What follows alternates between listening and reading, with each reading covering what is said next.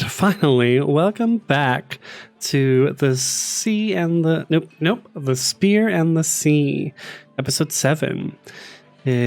Sorry for those of you who are in chat. I was having some technical difficulties. I don't know if any of you are familiar with streaming online, on Twitch in particular, but it is a very tricky thing to do, especially when you're sharing internet with people and have a untrustworthy internet connection to begin with.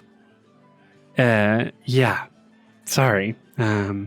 Sucks. So I cannot verify the quality of today's stream, but it should be a good one. Excuse me while I blow my nose.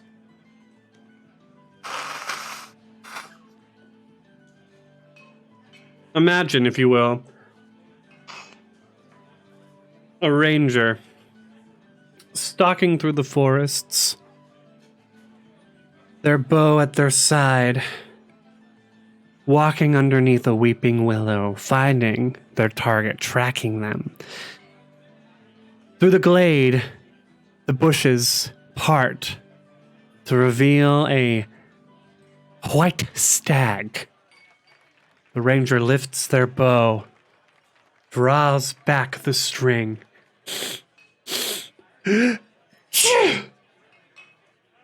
They've been cursed with seasonal allergies. That is how I feel as of late. I don't know if it also has something to do with the fact that I recently moved to a new country and I've never quite experienced spring here as an adult. Yeah, but the allergies have just been bombarding my face like, honestly, like no one's business. To be completely exact. But it looks like our stream is holding stable and well, so I'm quite happy for that. And we now return to your regularly scheduled content. Let's switch up. Let's turn on the ocean, at least. Last time, we got into it with a little friendly competition between crewmates as Spear and Haslin were being, and their fellow new pirates, Rosie Caswell, Sendara Quinn, Crimson Cogward, and Conchabar Shotstone were being put through their paces in boarding school by Master Gunner Riaris Crine. It turned out well enough. Haslin ended up beating Spear, making him quite proud. The next few days were normal enough until we came to day 18, I want to say? It's day 18? What day are we on? Check my notes.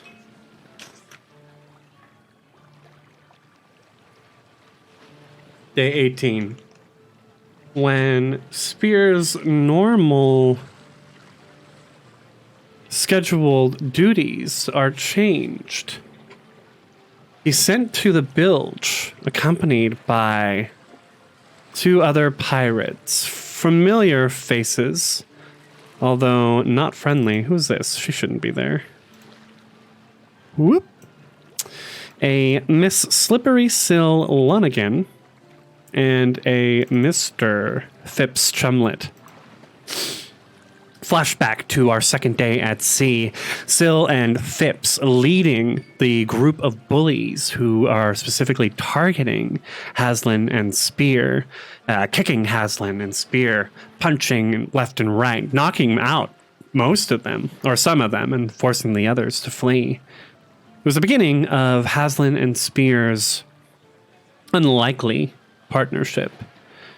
But this time, Spear was alone, and he wasn't just being punched or pushed, he was being stabbed.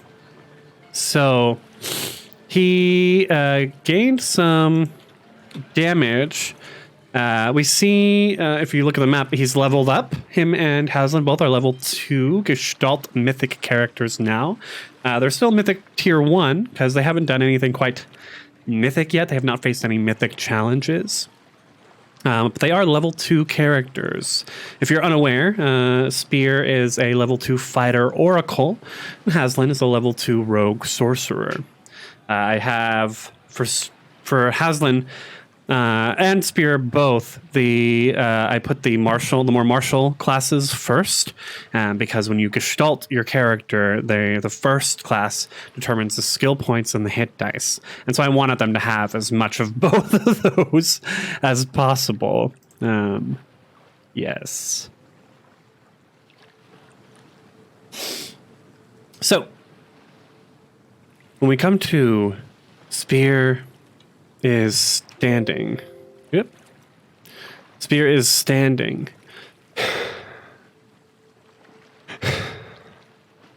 The tall, tanned olive-skinned man, wet with blood, sweat, and briny bilge water, stands in this dim, dark interior, heaving as the two pirates lay unconscious at his feet.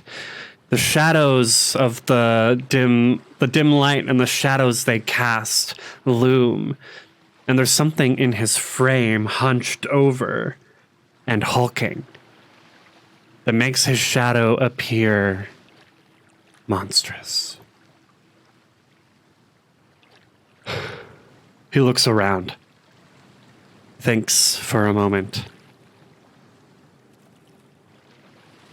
reaches down to check what Phipps has on him.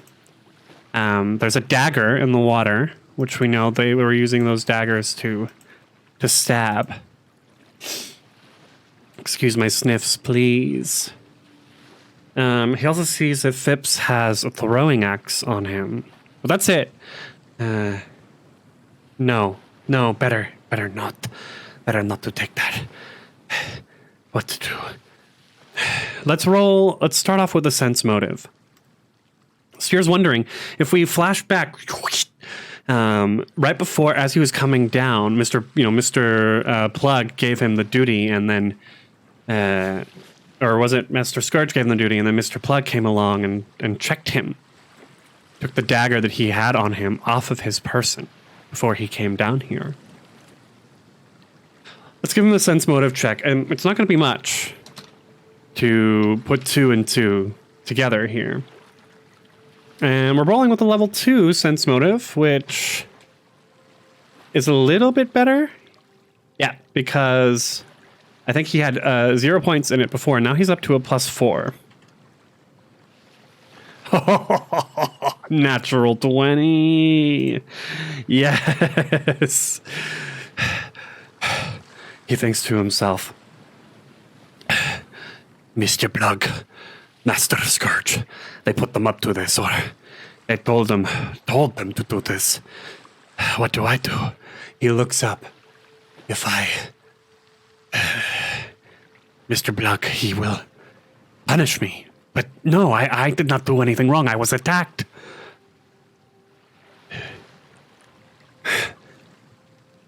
What do I do? What do I do indeed?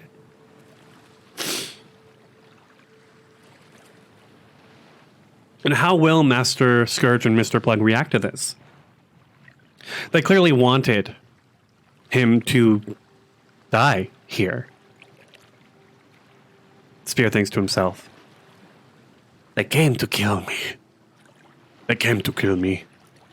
They did not succeed, but how mad will they be when they learn that they have failed? How will they react? So we're going to ask a yes or no question here. We're going to use the motif story engine system here. Wherever it went, there it is. Over here. Where we roll 2 dice. We need a yes or no question. So, and then the second die determines the degree. And then for our purposes, we are using the hero cards for our third die, the flavor die. So we'll only be rolling 2d6 here. Oh, 6 and a 6. The question was, will they be mad? The answer is yes, a lot. And it will be a powerful, vital anger. Let's shuffle our hero deck and see what the cards pull. The Teamster. This is a true neutral card of Constitution. Let's look up its meaning, because I need a little help on this. Hero, the Teamster Hero. True neutral card, and like all true neutral cards, it is unfiltered. An elemental expression of its suit and the ability associated with it. The Teamster can be seen as pure endurance and forward motion, bound only by the most natural of laws. It's symbolic of a driving force that is impossible to ignore. The kind that pushes us forward even when we've reached our limit. The card's deeper meaning, however, is seen in how the gnome on the card spurs the half-orc forward. The half-orc does not seem to be restrained. It could throw the gnome off its back at any time, but even though the half-orc seems to live a life of constant toil, it is in the end for his own good. Left to his own devices, he would remain unfocused and unpredictable. Likewise, the Teamster on our backs can sometimes seem punishing or abusive, but this isn't always the case. A tough love type of mentor or guide. Huh. You know what? You know what this tells me? Let's find out. So, put that down here as our first card of the session.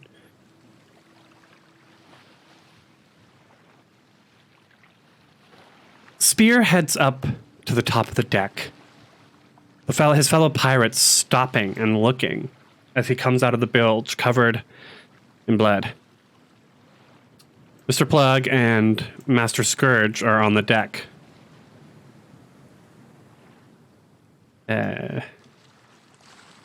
Haslin is down in the galley. Ah, my nose! And bleeding, bruised, and battered. Spear approaches the two. Oh. Well, Spear, what happened to you? Mr. Plug says. I think you know what happened to me, Mr. Plug. I'm afraid not. You seem to be injured. Did something wrong? Is he bluffing? I don't think so. Yeah, something wrong with your Spear. Your two men, they attacked me with knives in the bilge. For no good reason. I demand they be punished for this. Yes, Mr. Plug says. He turns to Master Scourge. Scourge, why don't you go and check in the bilge and see what our fellow crew members are up to? Aye, aye, Mr. Plug, Master Scourge says, and then he wanders down. Oh, that stuffy nose. Eventually, he comes back. He says, the two are knocked out cold, daggers in their hands. I see.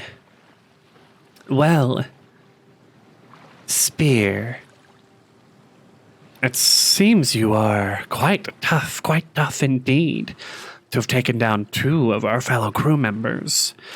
I shall see to it that they are punished properly. I believe the punishment for attempted murder is typically keel hauling. Oh, yes, but that's too extreme, don't you think? Master Scourge, would you set up the hot box for our friends? Mr. Plug, aye, Mr. Plug. Master Scourge is a little hesitant at first, but then does what he says.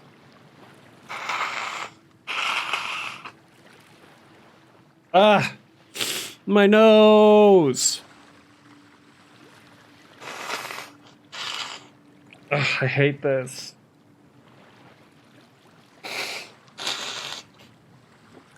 Oh, of course, we're dropping frames again. Great. Wonderful. Today's awesome. Let's check on what the hotbox is. The steel hotbox. It is a typical pirate punishment. The life of a pirate.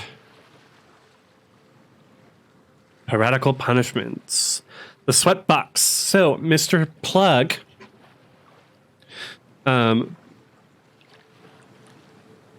heads back down below decks, and in a few minutes is joined by the owlbear. Right there, who is holding this large sweat metal box, steel and rusty from the time it's spent here on board. Set it up right over there, owlbear. Aye, the owlbear says. And Spear watches coldly, stoically, blood dripping down his body from where he was stabbed and slashed. Oh, my nose. Eventually, the owlbear and Master Scourge head back down, and they bring Phipps and Syl up. Spear watches coldly. Further on, as more pirates begin to gather, trying to figure out just what the hell happened. Plenty have been listening in. My nose. This is great content. I think eventually Sandara comes over. Spear, are you okay? Do you need me to heal your wounds? No, Sandara, please. I want everyone to see what they tried to do to me. As you wish. And the priestess, the pirate priestess, stands next to him in what's it called? Camaraderie. Eventually, water is splashed over the faces of Syl and Phipps. And Mr. Plug addresses them. Slippery Syl, Phipps Tremlet. You've both been accused of attempted murder against one of your crew members. Hey, but Phipps says, you, and he, Mr. Plug, kicks him and continues louder. You've both been accused of attempted murder versus one of our own crew members. Upon addressing the evidence, Master Scourge and I, have both decided to punish you by sitting in the sweat box for 24 hours. Or until you break. But that's not fair. You, And Mr. Plug kicks her this time. Master Scourge stands over them, whip in his hands, cracks it loudly, and draws the attention of, well, all the crew already has their attention, but things go quiet at that point. I don't care what you think. Mr. Plug looks around. I hope you all see the benevolence and grace that we are applying here. Attempted murder on board a ship at sea is typically a death sentence. But out of empathy and understanding, we will instead confine these two in the sweat box. Master Scourge then grabs the two bodies. Come on! And they start kicking and screaming, no, please, this is bullshit, Phipps cries out. But Master Scourge doesn't care. Him and the owlbear get the two locked up in the sweat box back to back, and the lid slams down on top of them.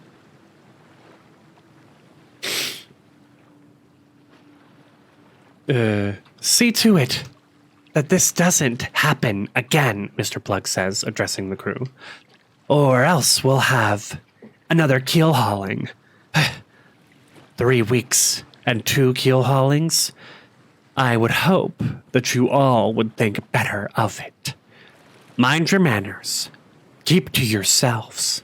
And get to work! And he snaps his cat o' nine tails on the ground, and the crash whips out across the ship. At dinner that night, Haslin goes to find Spear, and everyone's talking about it. Spear and Sandara, along with Rosie Cuswell, are all down in the lower holds, eating dinner away from the rest of the crew. Oi, Spear, I heard what happened. I'm so sorry. I can't believe that they tried to kill you. Haslin, I have told you. Mr. Plug and Master Scourge, they are not good people. They do not wish us happiness or success in this profession. They wish to work us to death. If we step out of line, they will make it plain their distaste and displeasure. It seems crazy to me that Captain Harrigan wouldn't, come down on them. He's such a good captain. Sandara, Haslin, are you so sure? I've heard many tales of Harrigan's brutality.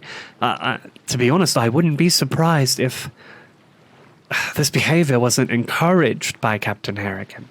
He seems to lead mostly through fear and force, rather than fellowship and loyalty. I gotta say, Rosie says, this whole thing reeks of bullshit. First, we all get kidnapped, essentially, to work on this fucking ship. And now, the bosun and the first mate are out to kill us? What the fuck is this? I don't get it. What's the point? The point, Rosie, Spear says, is cruelty. The point is violence. I have met men like this before. Not all human, but mostly human. Well, I can't speak for others, but I can speak for myself as the only human here, Sandara says. And as a priestess of Besmara, I must also say that this kind of behavior isn't uncommon. Besmaran practices say that the strongest will survive. For Plug and Scourge, perhaps this is their way of proving their strength. Well, not Rosie. Well, I still think it's fucking bullshit. And honestly, if they had even tried to take my hand axe away from me, I would have sliced it through their bellies. Little cowardly fools.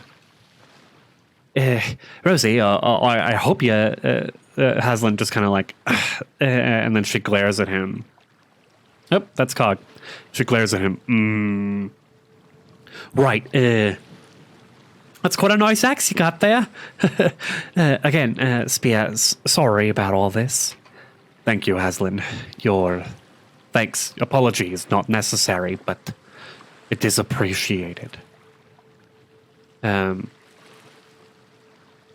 that point, I blow my nose again.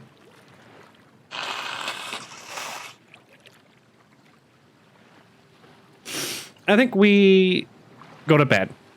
There's not too much else to do, and the mood on the ship is quiet.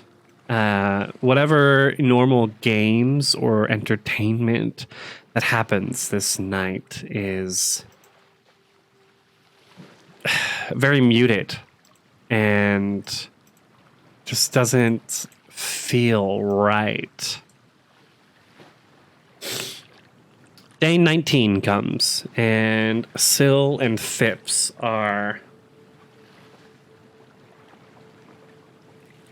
still in the seal box. When Spear and Haslin come out onto the deck, or just Spear, Haslin goes down into the galley. Spear can see a few other pirates kind of like down by the steel box, checking in, maybe dropping in some food or a bowl of water. And they look over and they see him and they glare. And Spear just kind of stares inhumanly back at them. Let's do opposed intimidate checks. This one is for Spear, who is now rolling a proper intimidate now that we've leveled up. That's an 18 for Spear, and for this rando Wormwood Pirate, it will be a 9. So Spear just stares inhumanly back at him, and he kind of and like scurries off. Spear gets to work, so he's going to go ahead and make a profession sailor check, which I don't know if I leveled this up. Yes, I did. I put an extra point in it, it looks like. That's a 17 for this line work, and he's going to go ahead and make a constitution check. He's working diligently, so he's going to get a +4 to this con check. +6 altogether. 16. So he gets through the day's work pretty easily. We go down to Haslin. But before I do that, I want to check something real quick in the adventure path, because we're getting pretty close to the end of part 1. And that means... Oh no, that was day 19. We're on day 20 now. So that should have been rope work, but we'll ignore it for now. Okay, cool. No, I feel like that was day 18. Whatever. Whatever. If we skip a day, that's really no big deal. Yeah, so this is day 19. Day 20 is when the sails appear on the horizon. So we got one more day left. No, day 19 was... Y'all, my allergies are getting the best of me at this point. Day 17. Yeah, so I think I just did it a day early is the problem. So this is day 19. We're going through a regular day of work. Haslin goes down into the galley. Ahoy, Chef Croup. Oh, Haslin, you're such a cute little thing.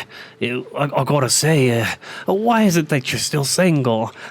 Chef Croup, I really don't think that this is appropriate workplace behavior. Right, Croup says, that's why I got kicked away from my last job. Yeah, Croup, you told me several times already. Now, what are we doing for the meal tonight? The meal, yeah, well, maybe fish? And he just, falls over onto the floor from the chair where he was sitting. Oh, crikey. All right, fish then. Come on, Hawk. And the tough-looking seagull on the gnome's shoulder pad kind of in response. So Haslin's going to go ahead and make a survival check to catch tonight's meal. Didn't level up survival, but we still got a +3 because we have Hawk's help. He's working diligently, so we'll take a +4 on that as well. 24. He didn't need it. And now Croup is drunk, so he's also going to have to make a DC 10 profession check, cooking. Luckily, he's got the tome now, so he's going to be able to get a +1 on this. So we'll be rolling with a +3. He just needs a 10. A 9. Let's go ahead and use one of his mythic surges. 5. Perfect. So he uses a mythic surge. The meal is made. And dinner is done. Again, there is a kind of sorrow, not sorrow, but like a silent sense of the crew's just, we're looking at 20 days at sea, no sign. So let's go to dinner then. I think that's a good idea. Haslin's serving meals. Let me go to Rosie. Yep. Rosie, who's sitting with some of the other crew. They were all up top. So let's go ahead and pull, kind of rearrange a little bit. We've got Rosie. We've got Spear. And, well, is Conchabar there? Yeah, he's trying to saddle up to Rosie, throwing kind of dirty looks at Spear. We also have 2 other pirates that are good friends, or at the very least fans of Spear. We have Jack Scrimshaw here, and Barefoot Sam's is here somewhere. Because it doesn't really matter which one of these I pull up, but I did name them all for a reason. Barefoot Sam's comes over cheerily like, ahoy! Ahoy, Spear! And the rest of you? How's it going tonight? Jack's just playing on his scrimshaw, which actually, what the fuck is a scrimshaw? Yes. God dang. Oh, the technical difficulties today. Ich stimme zu.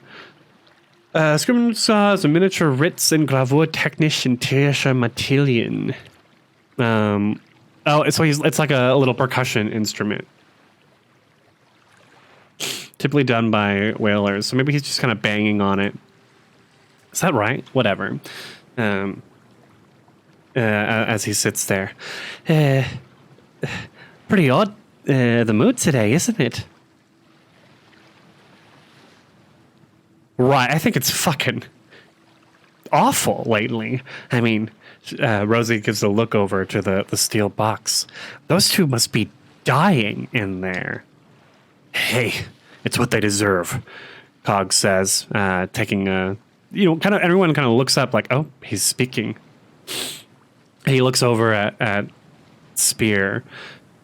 If they hadn't tried killing our man, Spear here, well, they wouldn't have to deal with this punishment, now would they?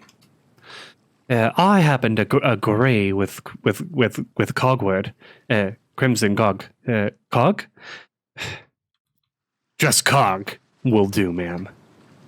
Right, I happen to agree with Cog, Sandara says. When you're at sea, I mean, they're lucky to have gotten the punishment that they did.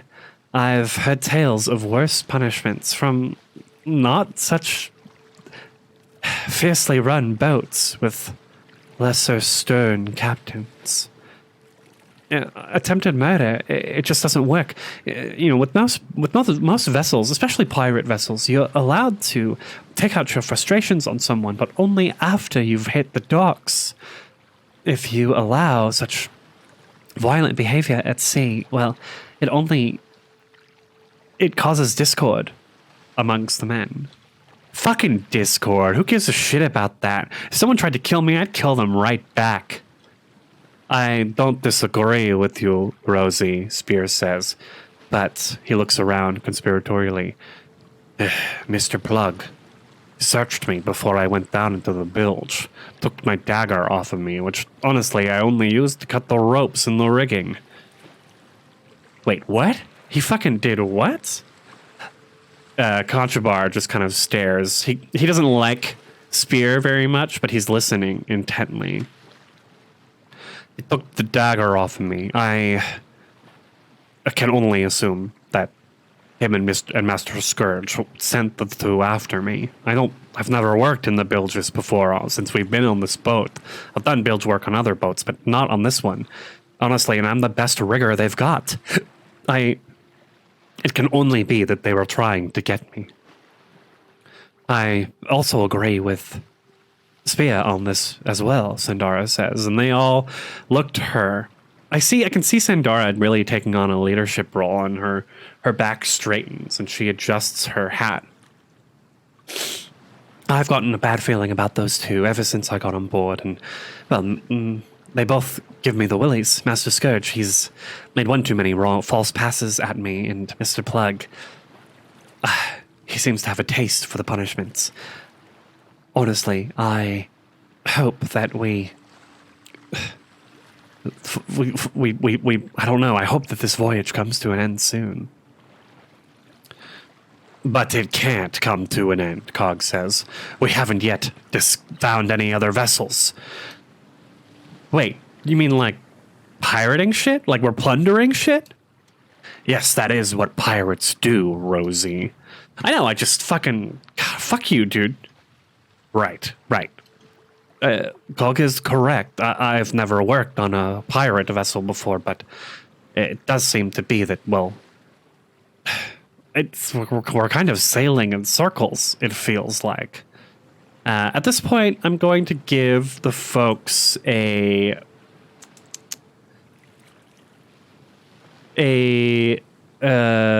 sailing check. There is a check on the Wormwood to kind of see where you're going. And for folks who are trained in sailing... I should be able to get this check. I'm just trying to see where the information is. Let me show you the AP while I'm looking through it. Ship actions, recovering gear, laying down the law. Oh, look, there's been weather, too. Oh, we're on there was a heat wave at some point. I didn't even notice that, but whatever. Maybe welcome to the sweet trade. Route. No. Does anyone know where we are exactly? Spear asks. And how would they... Welcome aboard. The Wormwood.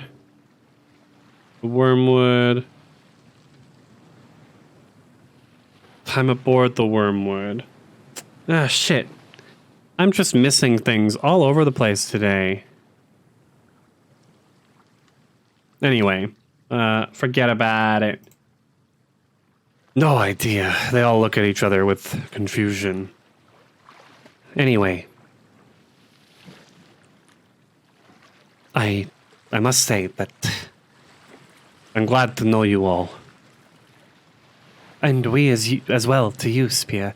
I think that I speak for most of us. She catches the kind of glare of Conchabar. I think that I speak for most of us when I say that we're quite impressed with your work. Hey, everyone! Haslin walks up. What are y'all talking about over here? And there's like kind of like a silence that comes over. Haslin, thank you for cooking the meal tonight. Right, just a little bit of fish. You know, Kroop's feeling under the weather, so I tried my best to make up for it. Did I walk into something a little untoward here? Let's give him a sense motive. I also trained him in sense motive. They were both rolling poor sense motives before this. Oh, natural 20. He looks around. It looks like I walked into something a little weird here. And he goes over to sit next to Conchabar.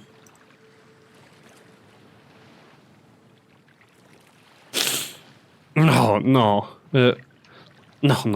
We were only discussing mutinous subjects. Treasonous subjects, Conchabar says. Well, I don't necessarily want to be involved in something like this, do I? They had some good points, Haslin, my friend. This ship. Perhaps you and I should find finer digs. You know what I mean? Right, Conchabar, right. And he looks over and he can see them all kind of like eyeing Sandara and Spear with respect and loyalty. And something inside Haslin angers him. God, why do they always love Spear? I can't stand it. Is Haslin... We know that there's this rivalry building between him and Spear, and that he's starting to feel like Spear's getting all the glory. Does Haslin... I think I want to do another motif question. An oracle question, they call it. So we're going to roll 2d6, but the question is...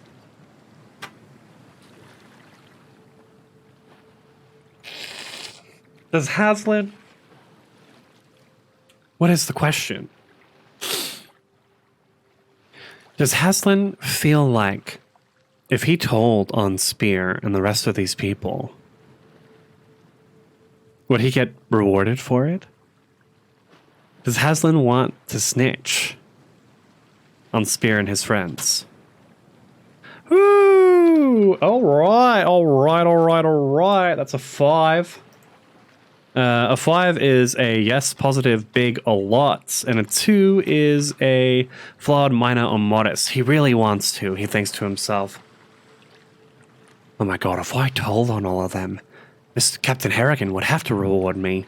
Maybe even promote me or something, but, it feels... I mean, they haven't really said anything, and I don't even know what they said. Maybe I could talk to Conchabar? But maybe... Let's draw a hero card. The bear, true neutral strength. Okay, I don't even need to look up the meaning for this. We saw earlier that true neutral means unfiltered. It's all about the ability score. So straight up, Haslin's like, all right, if I told on him, Spear would beat me to a pulp. I can't. I need more allies before I even try to take on Spear and his ilk.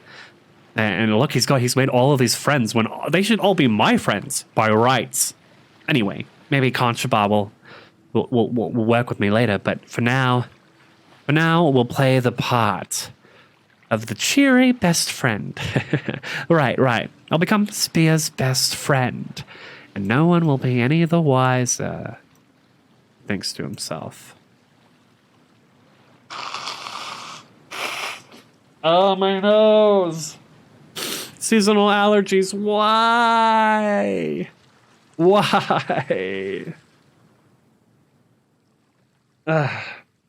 The crew goes to bed. And in the morning, sails ahoy! Everyone rushes out to see what is at sea.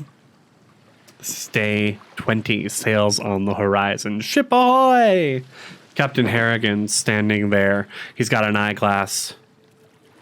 Nope. Nope. There we go. To his one good eye, he's got an eyeglass and he pulls it away. Aye, looks like a merchant vessel of some sort. Rahudumi, perhaps? Judging by the flags, Rahadum. Pathfinder, what does a Rahadum flag look like?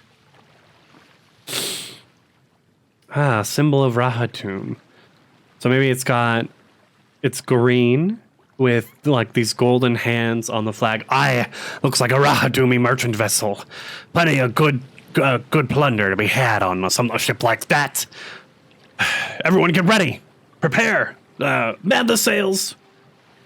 Crew, make sure you fix something good for us tonight. We need to be plenty rested and well fed for tomorrow's fight. So let's get to duties. I'm not even going to bother rolling these checks except for Haslin. Well, we can roll Spears. He just needs a DC 10. So, I mean, he's rolling a 10. 6 plus 4. He's got it. So for Haslin, he goes a fishing. Right. Crew, did you hear? There's a merchant vessel on the horizon. Oh, Crew, not again. Right. Haslin, this ship. Have I told you how much poison it is? Right, Crew. Yeah, I gotta tell you, I feel like you've got a problem. Yeah, you're drunk half the time, and honestly, if I wasn't here, I don't know how anyone would be getting fed. Well, they wouldn't be getting fed. Why do you think I need a chef's mate in the first place? I'm trying to remember how to do his accent. Let me take a sip of beer. That might help. It's a Liverpoolian accent. Right, I'm from Liverpool. Why did you think you needed a chef's mate in the first place, Aslan? It's so hard on this boat, and, well, the rum is so sweet, and, it helps take me away from all my sorrows and troubles.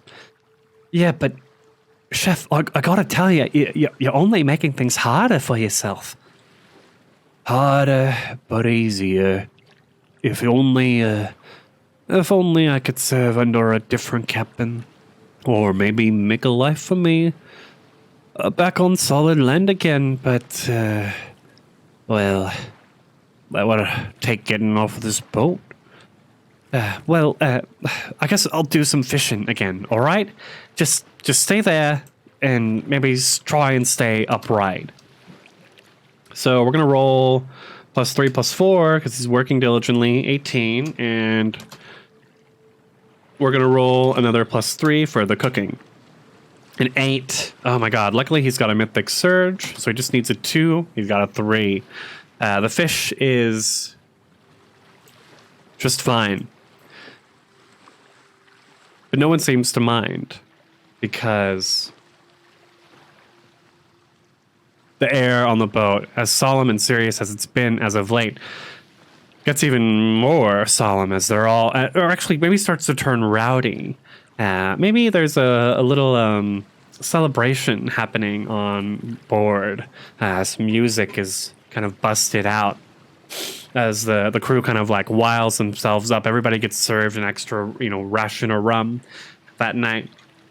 And as they're all preparing for the combat tomorrow.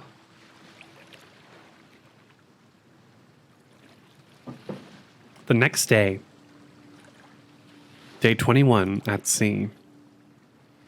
Master Gunner Riaris Crine. Hey, fuckers, get over here. I got some work. I got some work for you. Okay. Spear and Haslan kind of look at each other. Us? Right. Yes, Master Gunner. What can we do for you? Okay. You two performed the best during boarding action, I gotta say, even for lowly landlubbers such as yourselves. But, Haslan, I need you fucker to be in charge. Wait, me? I'm in charge? And he looks over at Spear, who's like, not so sure about it. Yes, you little fucker. You're gonna be in charge of the boarding action today. And she points over at the Man's Promise, the Rahadumi merchant vessel that's drawing nearer and nearer. We're getting ready to board. Pretty soon we'll be in firing range, and I'll be below decks working the cannons, you hear me? So I need you up and in the aft. You and Spear here need to swing over as soon as we get into boarding range. I need you to maintain... Hold on, she actually has words.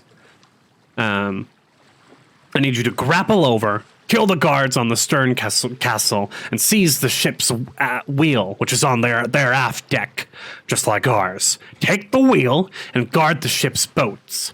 You kill anyone who tries to get on one of those boats. You hear me? You hear me? Don't move from the wheel until the fighting's done, or you'll just have to answer to me, okay?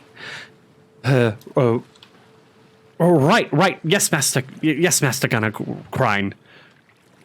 Oh, yeah. And as we get close, it's gonna get foggy, okay? So just fucking stick to what I told you to do. Foggy? Like magic? Yes, like fucking magic, idiot. Now, don't ask questions. Make sure you take the wheel, guard the ship's boats.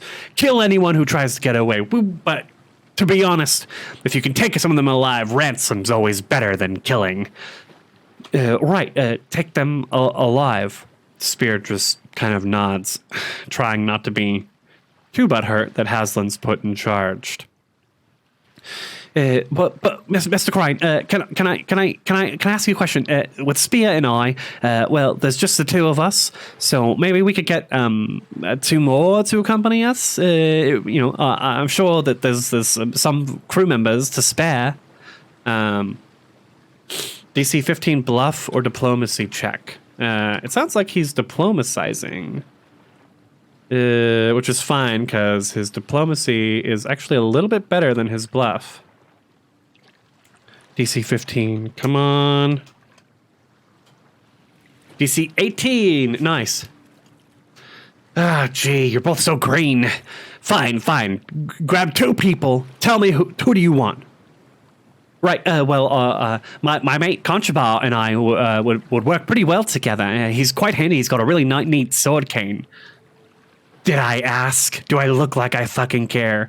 Who else? If I may, Master Gunner Klein, Haslin looks a little put out. The priestess of Besmara, Sandara Quinn, would be an excellent person to have with us.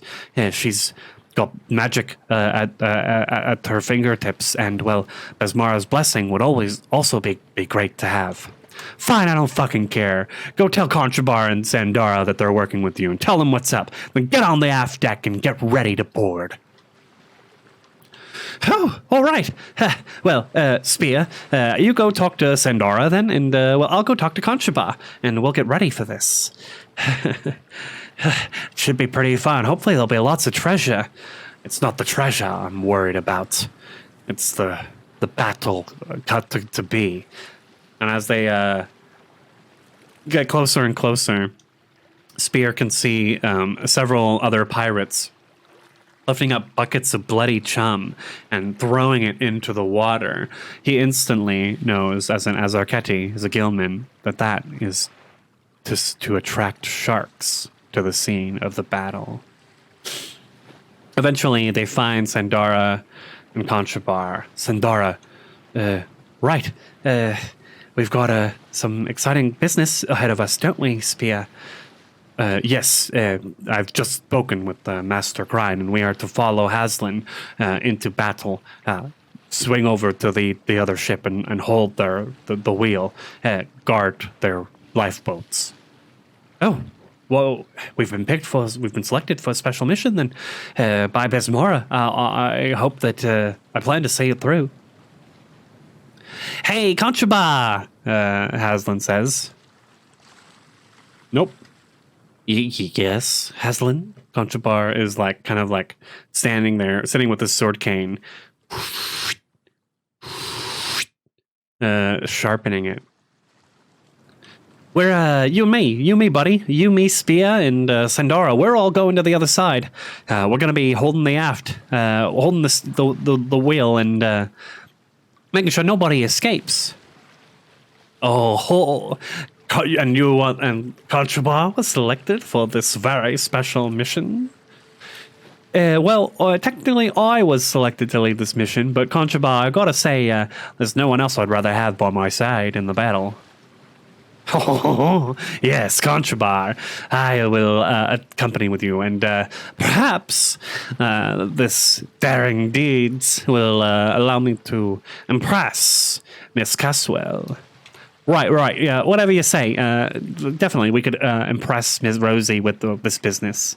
And then a cannon goes off. Whoa, all right, I guess we've got to get to our places then. Should we? Shouldn't we?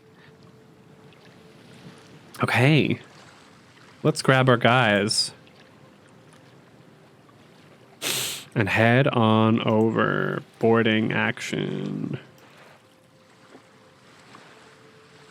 Okay. Let me delete these extras.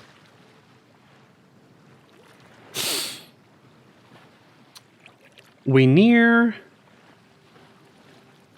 the ship. There we go.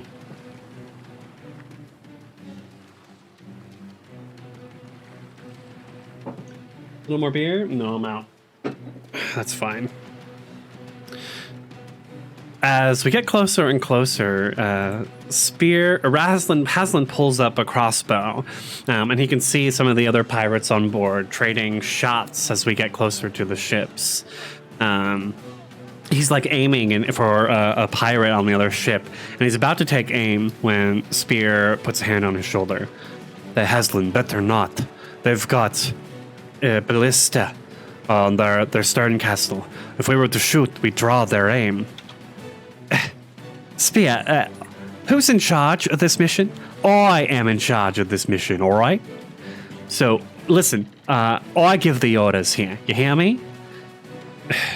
I was not giving an order. I was merely making a suggestion. Right, and your suggestion, well,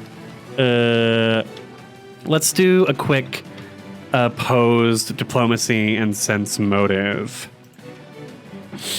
So, Spear is going to make a diplomacy check here to try and get Haslin not to shoot, because he is correct. If Haslin begins shooting here, they will draw the attention of the ballista.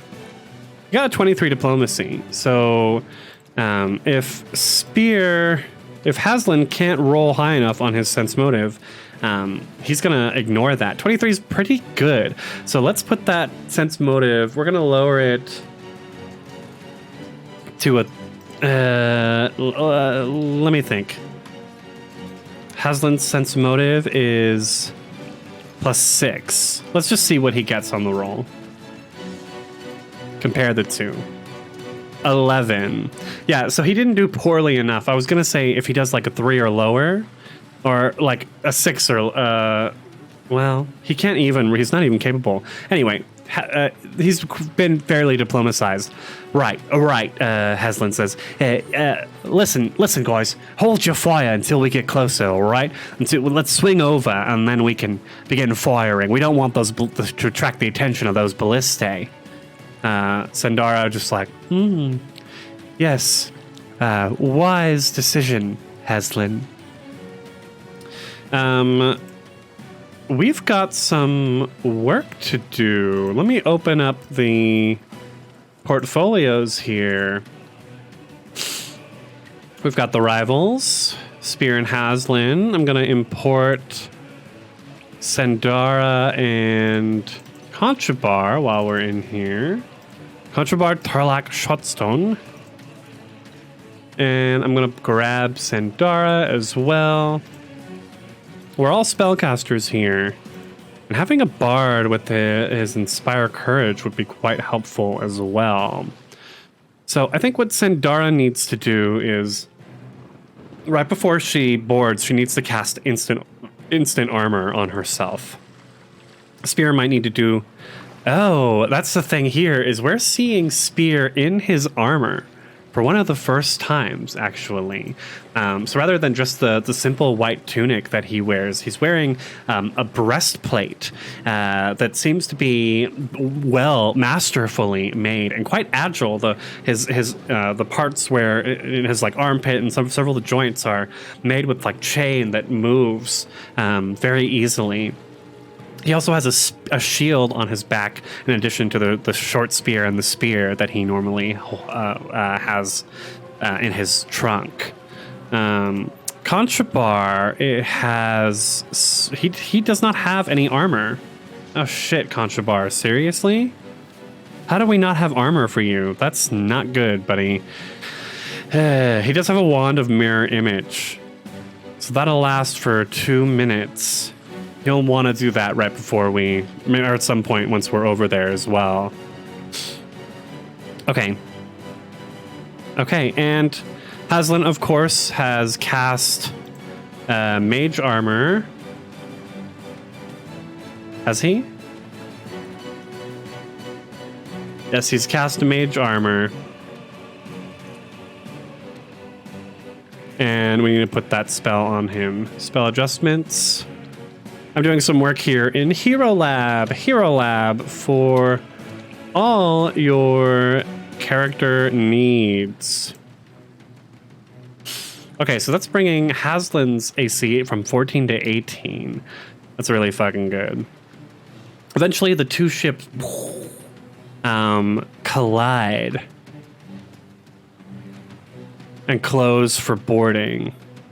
After several rounds. At this point, banks of heavy mist suddenly envelop the enemy's ship. So anything over there is acting as a fog cloud spell. Fog cloud creates concealment. Double checking. Creatures further away have a total concealment of 50% mischance. So any like the arrows and ballistae that start shooting out of the ship cease as they can't see anything. Creatures within 5 feet of each other have a 20% mischance. So it's very hard to see what's going on that ship. We're going to start boarding. Oh, God, I'm nervous.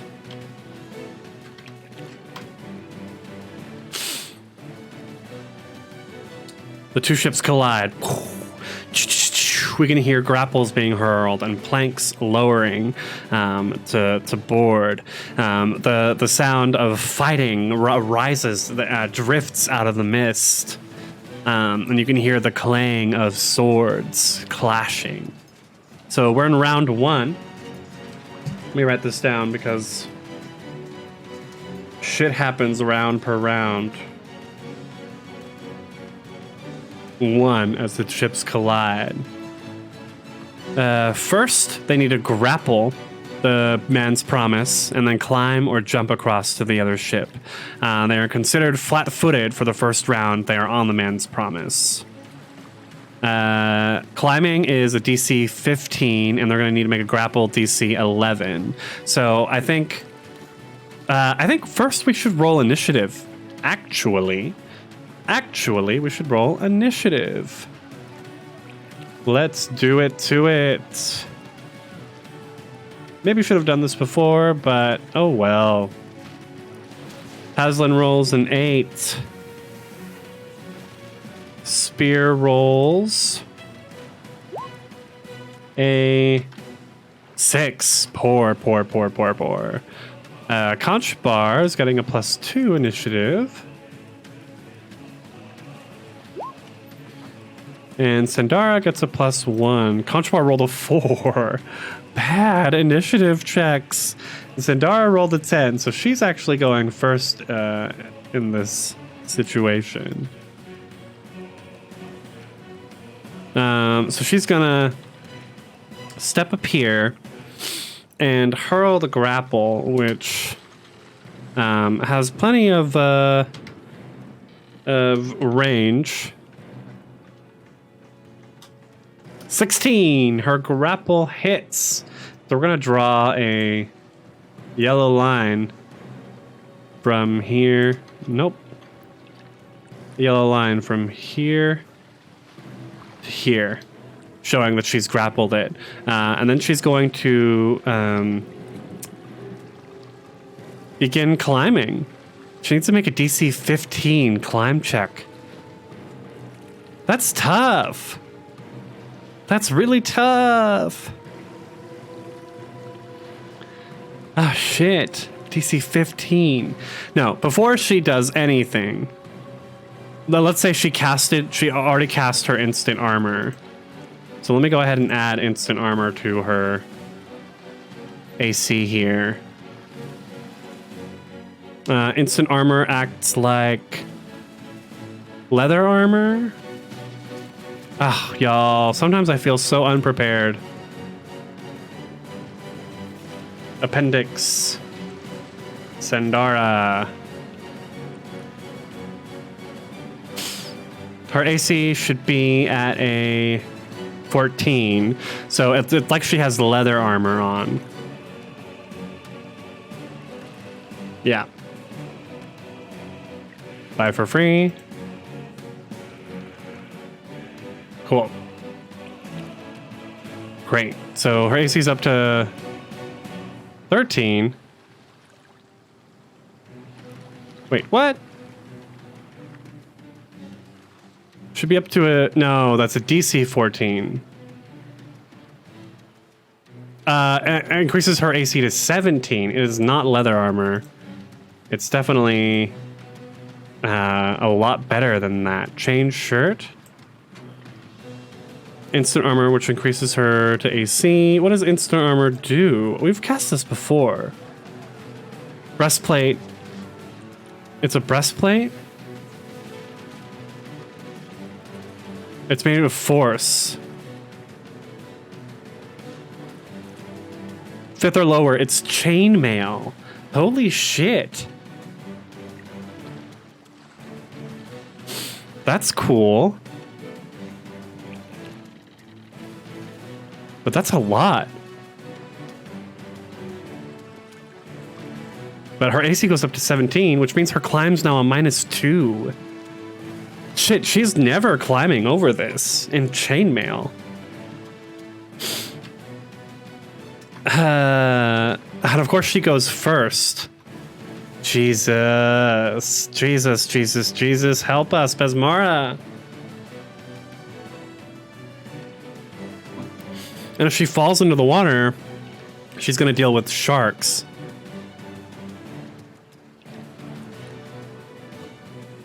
So then climb or jump across to the other ship. PCs are considered flat-footed. So as described on page 29, which is the boarding action. 15 climb checks. Jesus. Well, maybe jumping is better. She needs to jump 10 feet. She needs a DC 10 to jump across. This is tough. Why do pirates do this? Why wouldn't you just run down and run up? That seems so much smarter. That's what I'm doing. In her chainmail, she throws the grapple and she's going to set that up for people and then she's going to start moving. God damn. So she's got 20 feet of speed. 5, 10, 15, 20. She goes down to the plank here. We go to Haslin, who... Haslin... He could actually jump across. So he's going to, jump up here and make an acrobatics check. He needs a DC 10 because it's 10 feet that he's trying to jump. That was only a +7. So he actually, instead of a 10, he got a 12, but even then, or 11, he lands over here. As soon as he lands in the fog, he can see a sailor standing right next to him. And I think Haslin pulls out his one of his daggers, and will just go to stab the sailor. The sailor might not be completely aware of him. Hold on. Now I need to pull up the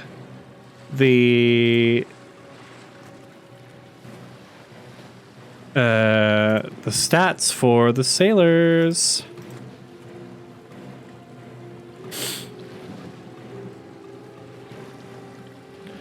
Hold on. So exciting. Someone dealing with stats off page. You can't even see the stats. There we go. Because if I were a PC, I'd be like, well, surely he didn't see me coming, right? I mean, is this a sneak attack? And the GM would have to be like, well, it's not like you're being stealthy. He got a +12. Versus Haslin's stealth at a -2, which is still a +9. Yeah, he didn't see him coming. So Haslin's going to pull out his dagger and stab at this guy who's flat-footed against the attack. 21, that hits. So this is going to be a sneak attack. Plus 1d6. Yeah. For 7 points of damage. And you know what? Let's go ahead and use one of his mythic powers and make a second sneak attack, a surprise strike. That's a 16, which will definitely hit. For 4 points of damage, he like stabs into the leg and then just pulls the dagger down across his knee. Ah! The sailor cries out in pain. The sailor is not dead. He is disabled. So we'll put this wrench on him to indicate that. Now I'm going to have to roll initiative for the rest of these sailors. +1 for all of them.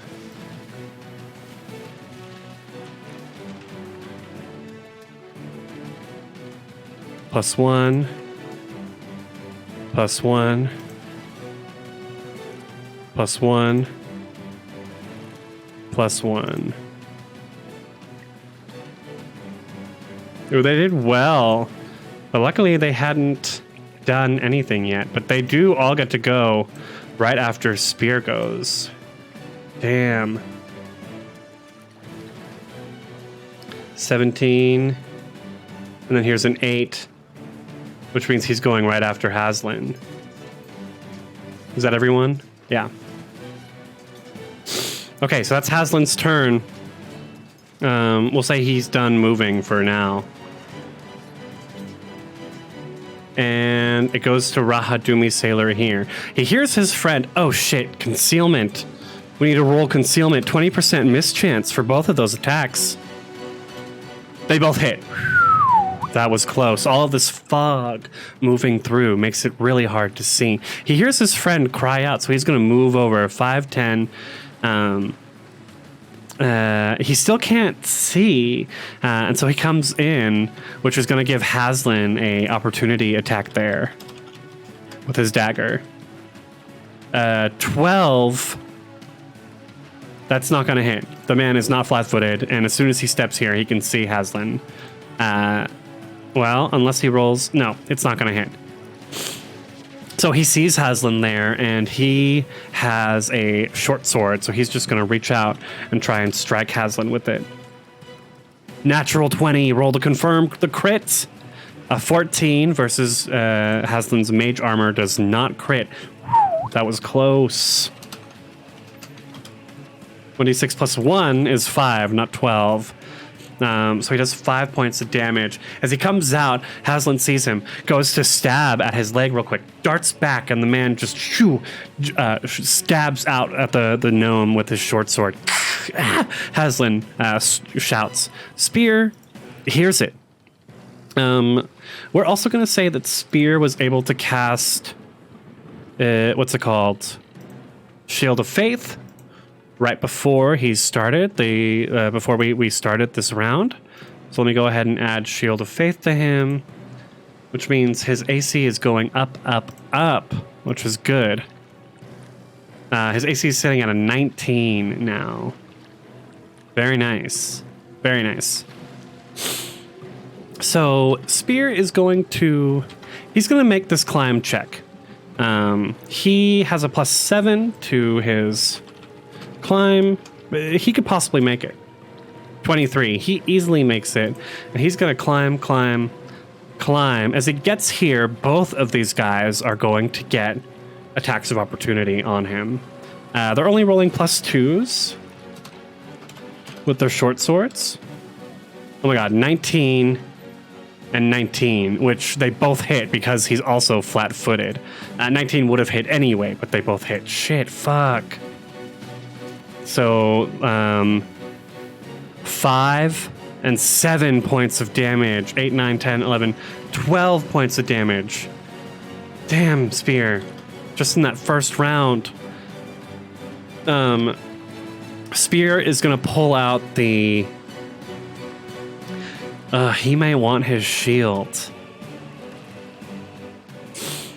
I mean, as he's finishing his movement, he gets to pull out one item as a part of his movement. So he's going to pull out his shield, his light shield.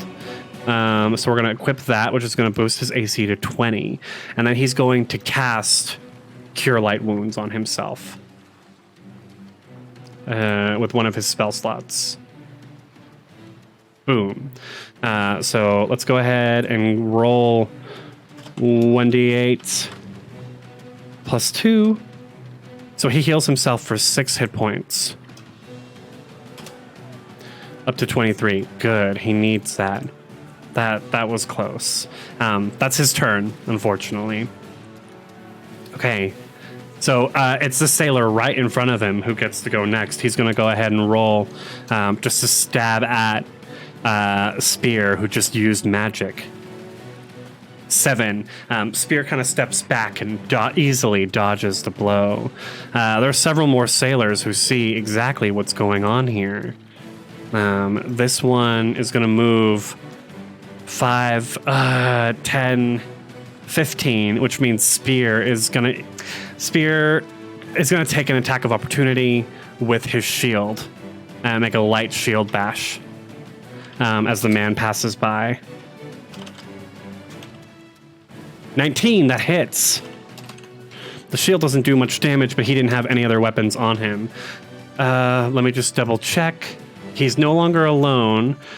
He gets a bonus when he's battling alone, so that should have only been a +5. That still would hit either way. And he didn't have power attack on, so it's just a 1d3 +3. 4 points of damage, still pretty good. And the man is going to go ahead and return a blow with his short sword. 21. Unfortunately, that does hit. 1d6 +1 for 7 points of damage. All of the damage that the spear just healed from himself gone. It's Conchabar's turn. Conchabar needs to be careful. He doesn't have any armor. So he only has a 13 AC. And he can hear what's happening over there. I think we're going to start with a bardic performance. What is his... He's a singer. Oh! Conchabar is a singer. Well, he starts to sing. He's going to sing a song in Gnomish. Non je ne regrets. And begins singing a song about regrets. Hawk here flew over, and he's going to stick with his master for now. So that means that Conchabar is using 1 round of his bardic performance, which is going to... He's inspiring courage, so everyone's going to get a +1 on attack and weapon damage rolls for the next round. And he is also going to jump across, so he's going to go 5, 10, and he's going to need to make an acrobatics check of DC 10. 25 easily lands here. To start a bardic performance is a standard action, so that's his turn right there. He lands there, and actually, Sandara moves down the initiative here, so we go back. Now we're in round 2. Let me double check my notes. Round 2. Okay. This sailor... It's hard to see what's going on in the fog, but he can hear this strange gnomish singing. And he knows that his friends are in trouble. So he's going to start moving. 5, 10, 15, 20, 25, 30. Moves here, can hear the singing, and is going to move forward. 5, 10, 15. Has found the gnome. Hey, you! The Rahadumi sailor shouts. Same with this one. He's going to move down and around. 5, 10, 15, 20, 25, 30, and we'll be able to get a strike at Spear from where he's at. 21 to hit. Jeez. Spear takes 7 points of damage. He is getting low. He's at 9 now. One more... I mean, he needs 2 more strikes to be downed, but still. 5, 10, 15, 20. The last sailor begins to move. 25, 30. And we'll move again. 5, 10, 15 here has come around and surrounded Conchabar. He's not in a good spot. But we've got Sandara in her chainmail. She's running pretty heavily across the wooden boards of the ship. And she draws a rapier as she runs across these boards. 5, 10, 15, just enough to get her here. Flanking, let's say Conchabar pulled his sword cane so that he's able to help her flank. But he can also take opportunity attacks if necessary. And so she's going to go ahead and make an attack with her Masterwork Rapier. She's inspired by the Bardic Performance, so +1 to these. 1d20 plus 5 plus 2 is 22. That definitely hits. And she's going to do 1d6 plus 2 points of damage. That's 7 points of damage. Very nice. She stabs through into the man's gut, perforating it perfectly with her Masterwork Rapier. Haslin's here. He's got these guys in front of him. There's that one who's still staggered. So he's going to go ahead and make a strike out at him with his dagger. Haslin's rolling +6 on these. 22. So he's only hits. This is not a sneak attack. 1d3 -1. Unfortunately, these daggers are small. So luckily, 1 point of damage is all we needed to bring this man to dying and knock him out. Haslin, let's see. What else can I do? I have. Don't forget the swashbuckler deed I have for him. And as a swift action, I can expend 1 use of mythic power to gain a +4 dodge bonus. If I'm gonna expend the mythic power, I want to make another sneak attack. Okay, let's do it. I'm extending the mythic power, and we're making a surprise attack at the sailor right in front of him. 1d20 +6. This is versus flat-footed. Natural 20! Roll to confirm! That's a fucking critical hit, bitch! Nice! So we're going to roll 2d3 -2 plus 2d6 for 13 points of damage. He takes the dagger, lightly stabs the sailor in front of him with it, and without even slowing down, brings the other dagger, kips up like onto the knee of the sailor in front of him, and jams it straight into the side of his neck, causing him to fall to the ground and dying. Oh shit. Hell yes. Okay, these sailors need to make Constitution saves to avoid dying now. They got a +1 to their con. So this one needs a 12. He stabilizes. He is done. He's out of combat, but he's not continuing to die. I do think there's a point to this, because for every PC, for each sailor killed by the NPCs, for each pirate accidentally killed. Oh, I was thinking we got more gold for taking people alive. Huh. I mean, maybe we should kill him then.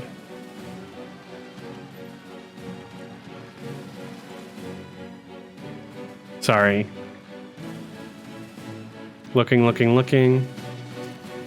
I thought we were supposed to take people alive. They get more money if they kill them. They get money if they capture officers alive. Okay, cool. So we'll say that these count as deaths, and I'll go ahead and we'll avoid. There's no point in keeping track of whether or not they're alive or dead. Okay, it's Spear's turn. He's not in good shape. So we're gonna 5-foot step here to avoid taking any more damage. And as we do, he's gonna pull the short spear. No,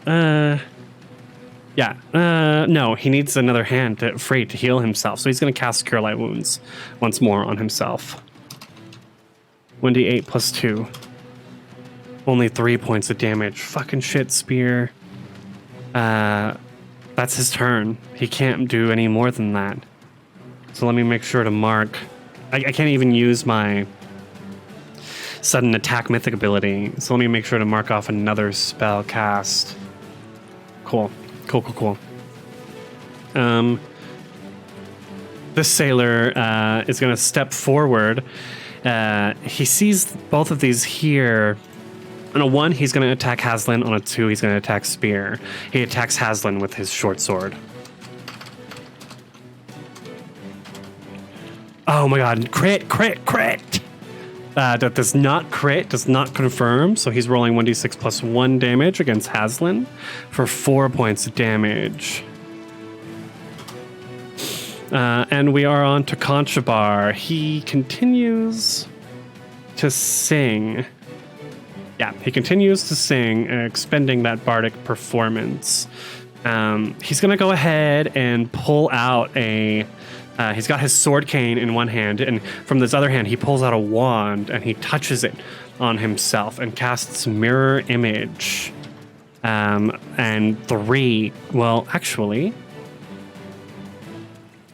1d4 images per 3 caster levels appear. 2 Conchabars appear. We're going to need to give him a mirror image token, which will look like this shield. He's got 2 of them. And that's his turn. That's a standard action. To continue the bardic performance is a free action. So I think he's going to go ahead and take a step. No, I think he's just going to stay where he is. He doesn't see anywhere easy to move. This sailor goes next. He sees the magic as the gnome casts, and he's going to go ahead and... Oh my fucking god, I've been forgetting to roll concealment this whole time. This one is for Sandara's attack. 39, that hit. This one is for the attack that just hit. It's Haslin. That hits. Okay, good. And this is the one for Haslin that killed that guy. That hits. And the crit. That hits. Okay. We're all above board here. Water's under the bridge, everyone. No worries. No worries. So he's going to go ahead and roll to attack our friend Conchabar. 17, that might hit. But first, let's roll concealment. That hits. And then we're going to roll whether or not that hits him. Because of the mirror image. So we're going to roll 1d3 on a 1. It hits Conchabar, not one of the mirror images. 3, it hits one of the mirror images. And, oh, that was a good move, Conchabar. There's only 2 Conchabars standing there now. Curses! The Rahadumi sailor shouts as his blade goes right through one of the mirrored Conchabars that's there. Then there's this one behind us. He's going to take a step here. He can't really get onto the stairwell. And he saw Sandara attacking his friend. So he's going to go ahead and strike out at her. That's a potential critical. 15, that is not a critical hit, but we need to roll concealment nonetheless. And 7, that's a miss. He goes to swipe at her, and the fog moves at just the right time for him to miss. But there's this one here. He's just been stabbed by her, so he's going to go ahead and do the same. I'll get you, wench!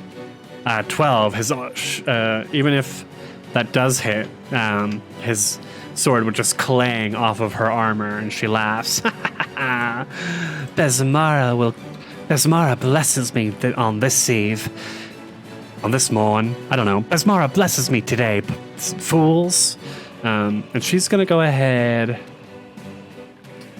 I've got... Oh, that was round 3. Okay. We're in round 3 now. Which means something happens. At this point, the fog parts. And we can see over here...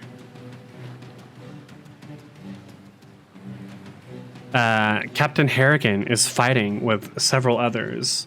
Maybe some other pirates are fighting with him.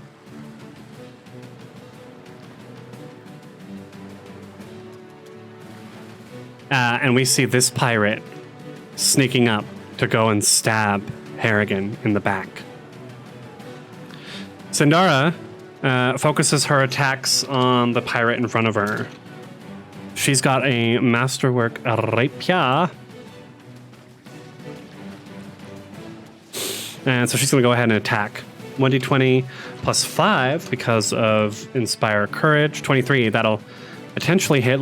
Don't forget concealment this time. That definitely hits for 1d6 plus 2 damage because of Inspire Courage. 6 points of damage. Nice. She strikes through, and the sailor falls down, dying dead. Great. Haslin looks over, and he sees Captain Harrigan. We've got to do something. And he says, Hawk, go and warn the captain. Where is his accent going?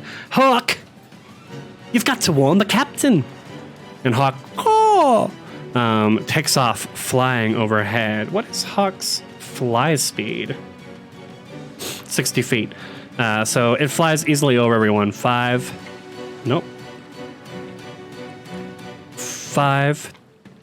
10, 15, 20, 25, 30, 35, 40, 45, 50. Gets here and lands on the captain's shoulder and turns. The captain turns and sees this guy sneaking up behind him. The captain just grabs him by the neck and throws him to the ground. He looks over and he can see Haslin on the steps, yeah, shouting. And the captain, the captain nods before returning to battle.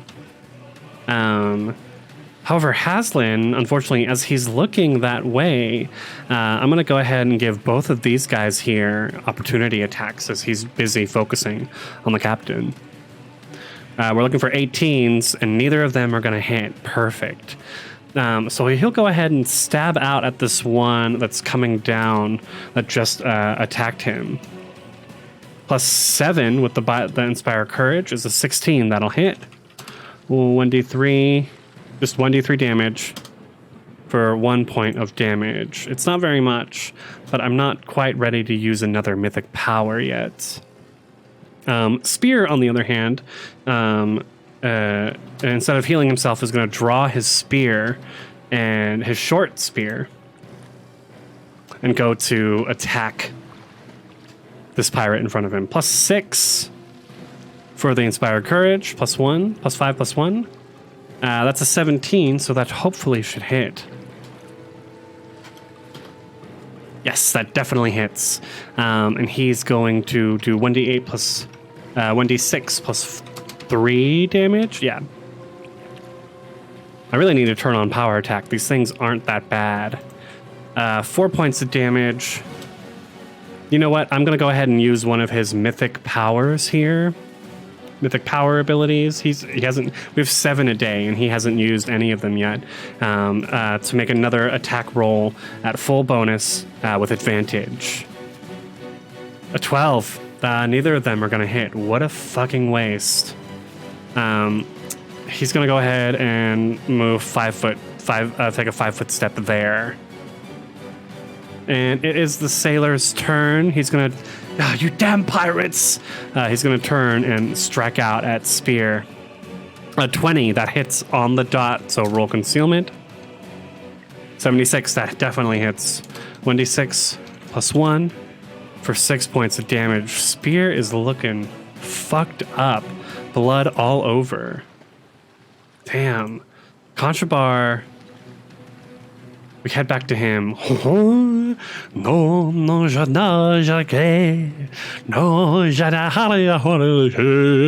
he's singing.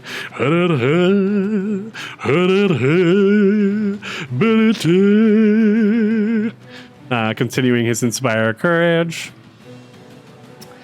Let's see. He's got some spells that he could cast. But he's got 2 pirates on him. It's just a little much at the moment. And he doesn't like Spear, so he's not really going to go and help him. He's going to focus on the pirates in front of him.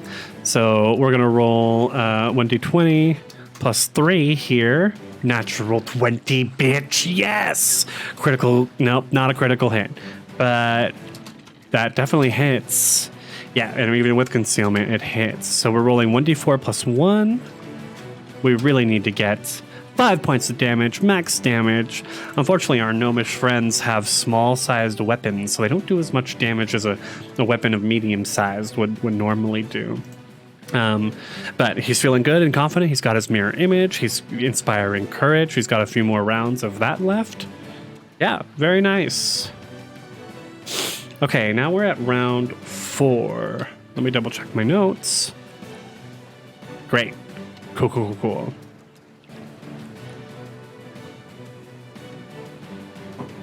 Let's keep going. Oh, I'm so excited. I've been thinking about this battle all week.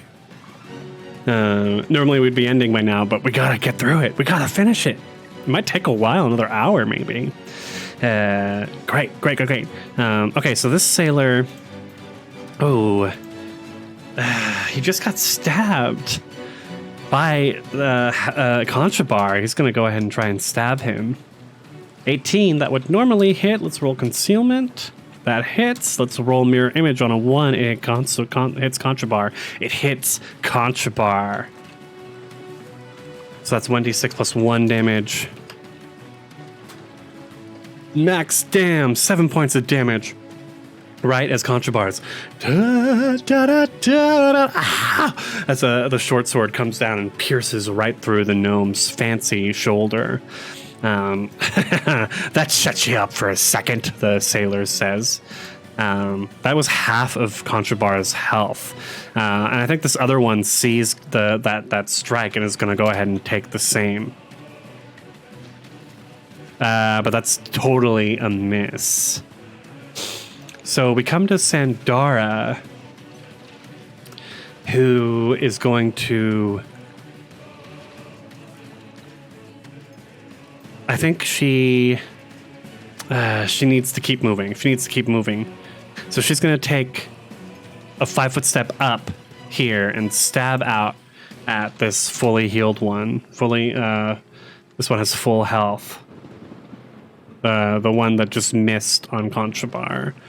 She's rolling +5 with her masterwork rapier. 21, that hits, potentially. The fog... That fucking fog. But we've only had, out of how many attacks, we've only had one attack where the fog actually caused them to miss. So 1d6 plus 2 points of damage. And she pierces him through.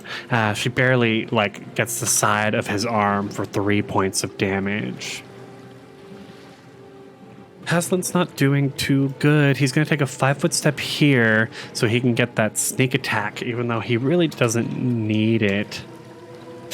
+6? No, +7 now because of the Inspire Courage. Wow, excuse me. +7. Oh, that's a natural 1.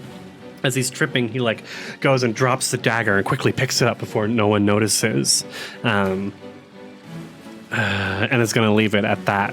Sorry, Haslin. What a bad turn. But he moved in for the flank, which is exactly what Spear needed. Spear is going to spear this guy +6. +2, actually. So, but either way, that hits for 1d6 +4. For 10 points of damage. Nice. He just takes his spear and shoves it straight through the side of the man's stomach. And as he pulls it back out, the man falls to the ground, dead and dying. Nice. It was his turn next. Spear. What's he gonna do? He still has movement left. I think Spear literally just drops his spear, his short spear, on the stairs. No, that's a standard action. He holds on to the spear. No, What do I do? I think he's gonna shit. Move around. 5, 10, 15, 20. I think that's all the speed he has while he's wearing this armor. Yeah. Okay, Contrabar. He coughs, moans from the wound. Let me think. The bardic performance, starting it as a standard action. And if he doesn't maintain it, it ends. So we gotta keep maintaining. He's gonna, fuck you, no regrets, fuck you, he says, as he, I think he'll take 5 foot step here and get up on the steps, and swing out with his sword cane. 18, that potentially hits without the fog, and without the fog, it definitely hits. 1d4 plus 1 is 4 points of damage. The dude is not dead, but he's close. So we get to round 5, and as soon as this round starts, there's a massive explosion below decks.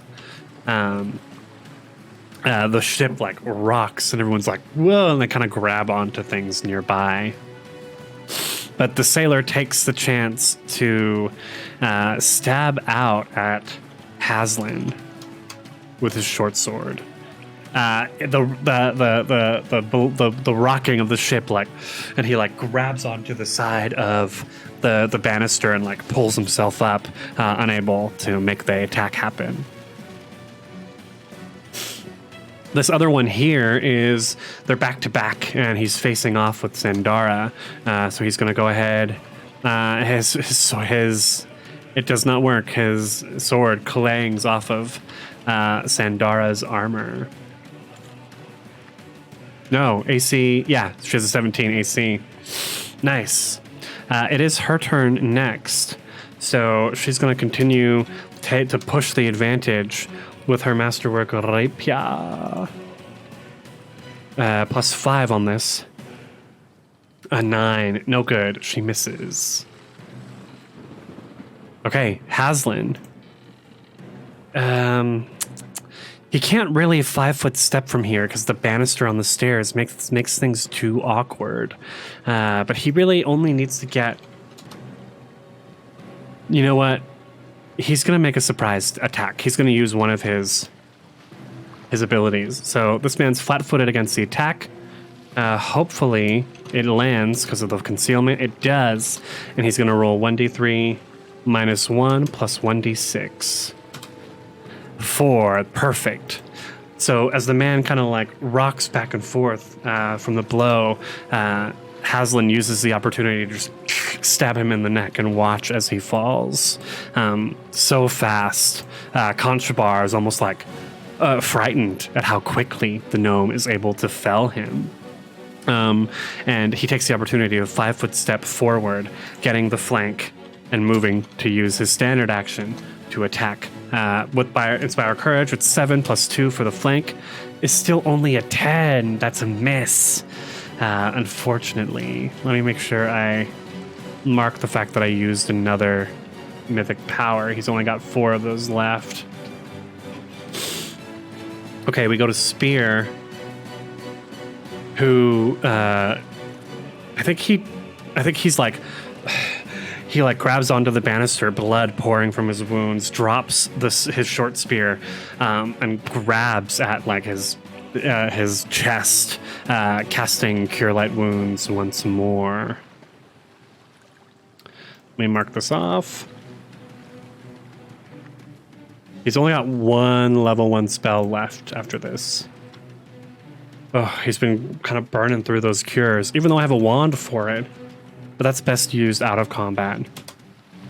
8 points of damage. He needs it. He heals it. And then he, picks up the spear? What is it? What kind of action is it to pick it up? Pick up object. Because dropping it is free. Picking up objects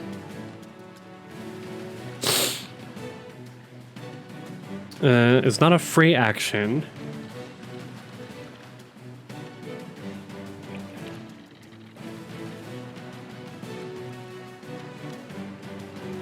Pick up.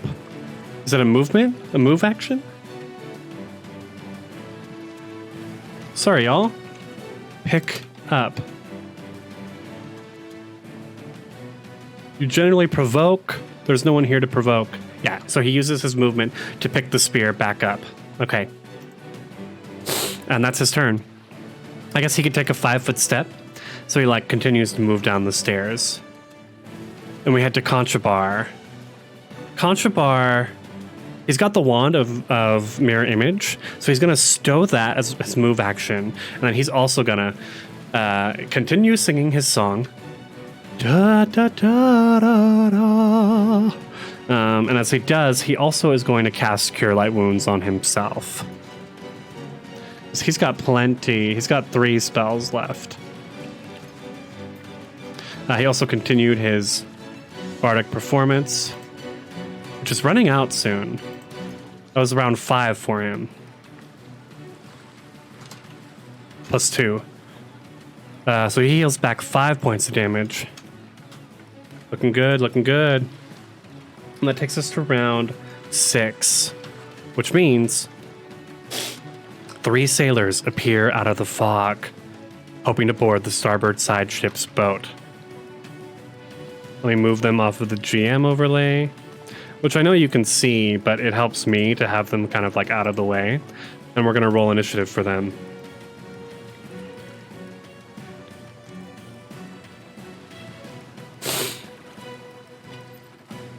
And let's relabel. Okay, great. So they kind of like start moving out of the fog. Oh shit. But we still got some sailors. No, he's dead. We got this sailor here who's now flanked and is like, fucking shit. God damn it. He turns and he sees that that gnome that just struck out at him. So he's going to go ahead and try and attack Haslin, which is a potential hit, even with Haslin's mage armor. But the fog. Oh, fucking that fog. Oh, it's been super helpful for our pirates. So he swipes, and Haslin's just barely able to use the fog to avoid the attack.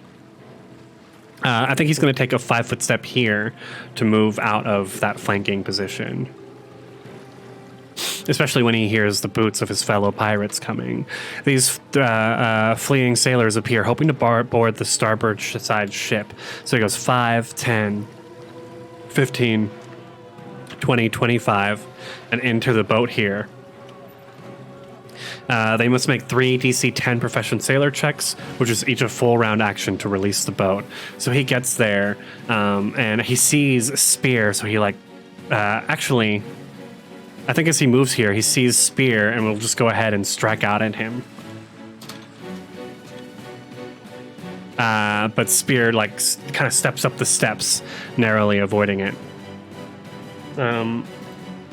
Sandara's hyper-focused here, so she's gonna, step up and keep following this guy. Plus, we've still got Inspire Courage running, so she's rolling, I think, +5 on this rapier check. You think I would know? Yeah. 21, that hits. Potentially 1d100. No! The fog makes her doubt herself, and she kind of stops short of a good strike, just kind of barely swiping at the spot where he once was. Haslin follows suit, taking the flank, the step up to achieve that flank, and will attack. He's rolling a +7 because of Inspire Courage. Natural 20! Critical hit! Concealment! Yes! He's gonna fucking crit on this guy. 2d3 -2 plus 2d6. is 8 points of damage, just enough to stagger the man. He's not dead. He's at 0 hit points. Should I use it? No, we won't use his surprise attack. That's too much here. The sailor runs 5, 10, 15, 20 up here and begins like kind of focusing on the boat. Spear's like, and he shouts out, they are trying... Is this on? There we go. They are trying to escape the starboard side. And he shouts out and goes to stab at this guy with the spear. What's he rolling? +6, right? Because of the Inspire Courage. You know what? Actually, now is the time. He's alone. He's battling alone, so he's a desperate battler, so that's going to jump up to a +6 normally. I'm going to turn on Power Attack because he's a little desperate. So he's rolling +6 because of Inspire Courage. 22, that hits. So he's going to do 1d6 +6 points of damage. For 7 points of damage. Yes! Aha! Retro Ted, thank you for redeeming your hydrate. Cheers to you, Retro Ted.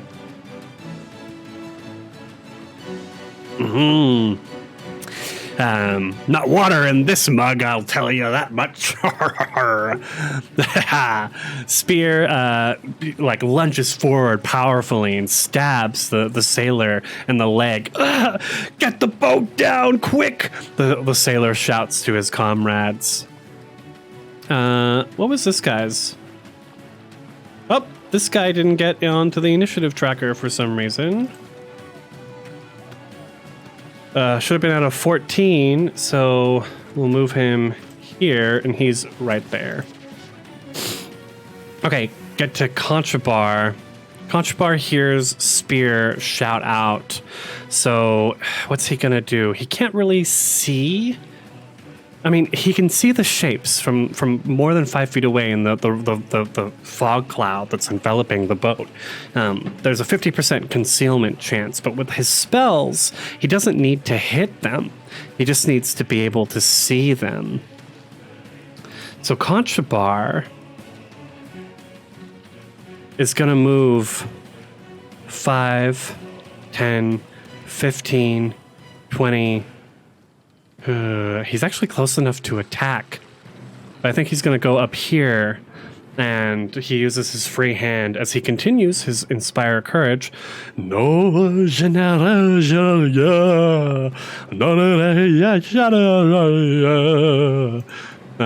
and he's going to cast Hideous Laughter, and he points at the sailor who needs to make a DC 14 will save.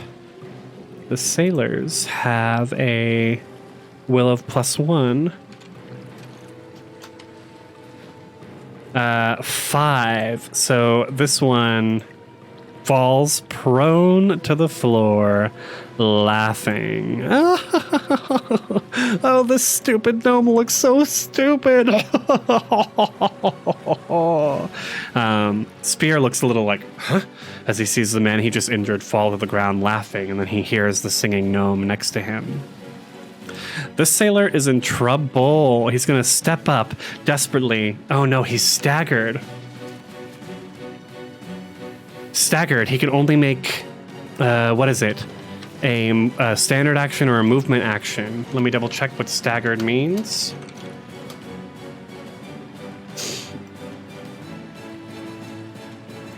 A staggered creature may take a single move action or a standard action each round.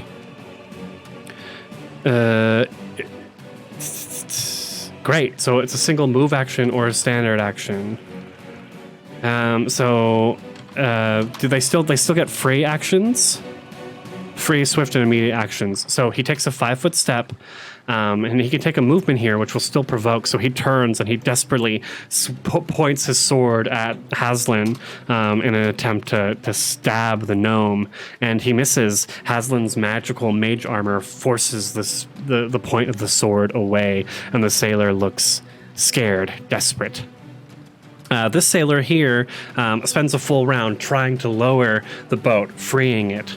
In order to lower the boat, we need three DC 10 profession sailor checks to release the boat. Okay, so that potentially counts as 1. He just needs to roll a profession sailor check first. +4. Natural 20. Okay, boom. He knows exactly what to do. And in fact, he's like, here, get this, get that, you get that. What's that guy laughing at? The sailor shouts out. We come to the laughing sailor. The laughing sailor. That's actually a cute name for a boat, I feel like. Let's double check hideous laughter. The subject can take no actions while laughing, but is not considered helpless. After the spell ends, it can act normally. On a creature's next turn, it may attempt a new saving throw to end the effect. So this is only going to last for 2 rounds anyway, but he does get a saving throw. DC 14 will save. 17, the spell effect ends. He's going to go ahead and stand up. Would standing up from prone provoke? Stand up. Actions in combat, double checking. Sorry. Super exciting, I know. Yes, it does provoke. It's a move action and it does provoke. So as he stands up, spear shoots forward. His spear shoots forward. +6, he's power attack, plus he's got Inspire Courage on. 11, that's a miss. He's able to stand up, and he just kind of slashes forward with his short sword because it would need to be a full round action to help release the boat, and he doesn't have a full round action anymore. 10, but it just clangs up against Spear's shield. Sandara, ever the dutiful piratess, steps forward and is continuing to try and down this pirate who keeps moving away, staggered as he may be. That potentially hits, but the fog has bested her once before. Not this time! 1d6 +2 for her masterwork rapier, double checking. Sandara Quinn. Yes, +2 with the Inspire Courage for 4 points of damage as he's busy focusing on Haslin. She comes up and just stabs him in the chest, and he falls to the ground, dying and dead. Nice. Haslin's turn.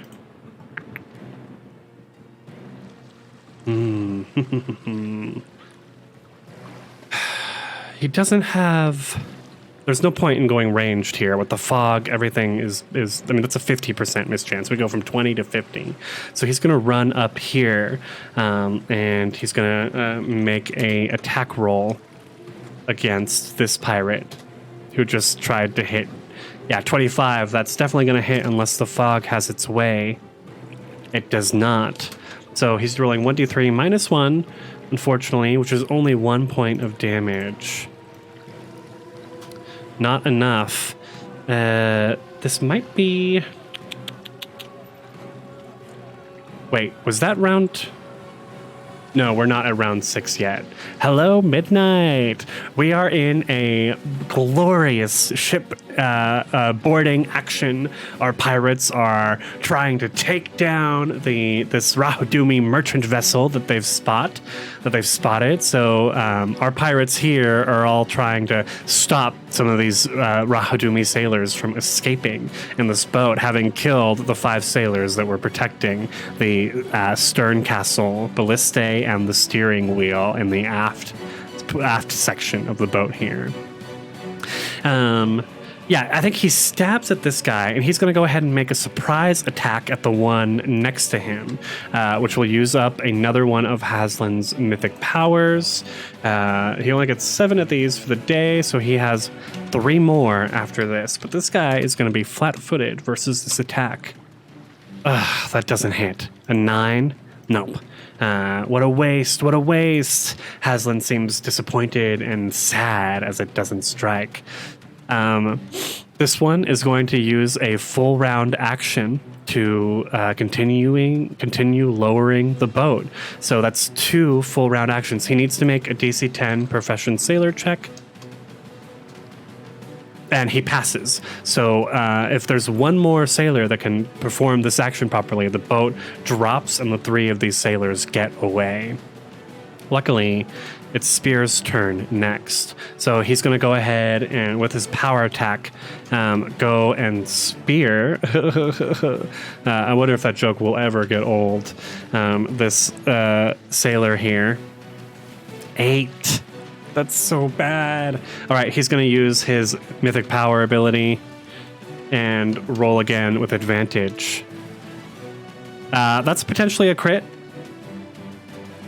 That is not a crit, but it could still be a hit if the fog doesn't get the better of him.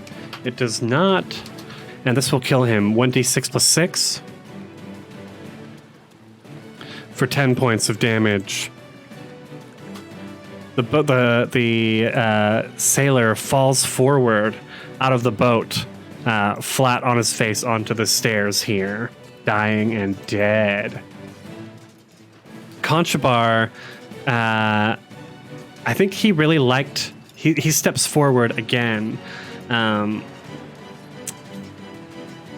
He was next. Okay, he sees... Okay, if he can get this hideous laughter off on that guy over here, he will prevent him from being able to do the full round action. So he's going to continue his bardic performance, Conchabar, Short Stone. And he's going to cast... Oh, shit. Yeah, he's going to cast Hideous Laughter, which is his last level 1 spell, as he continues his bardic performance. And that guy needs to roll a will save. DC 14 is a fail.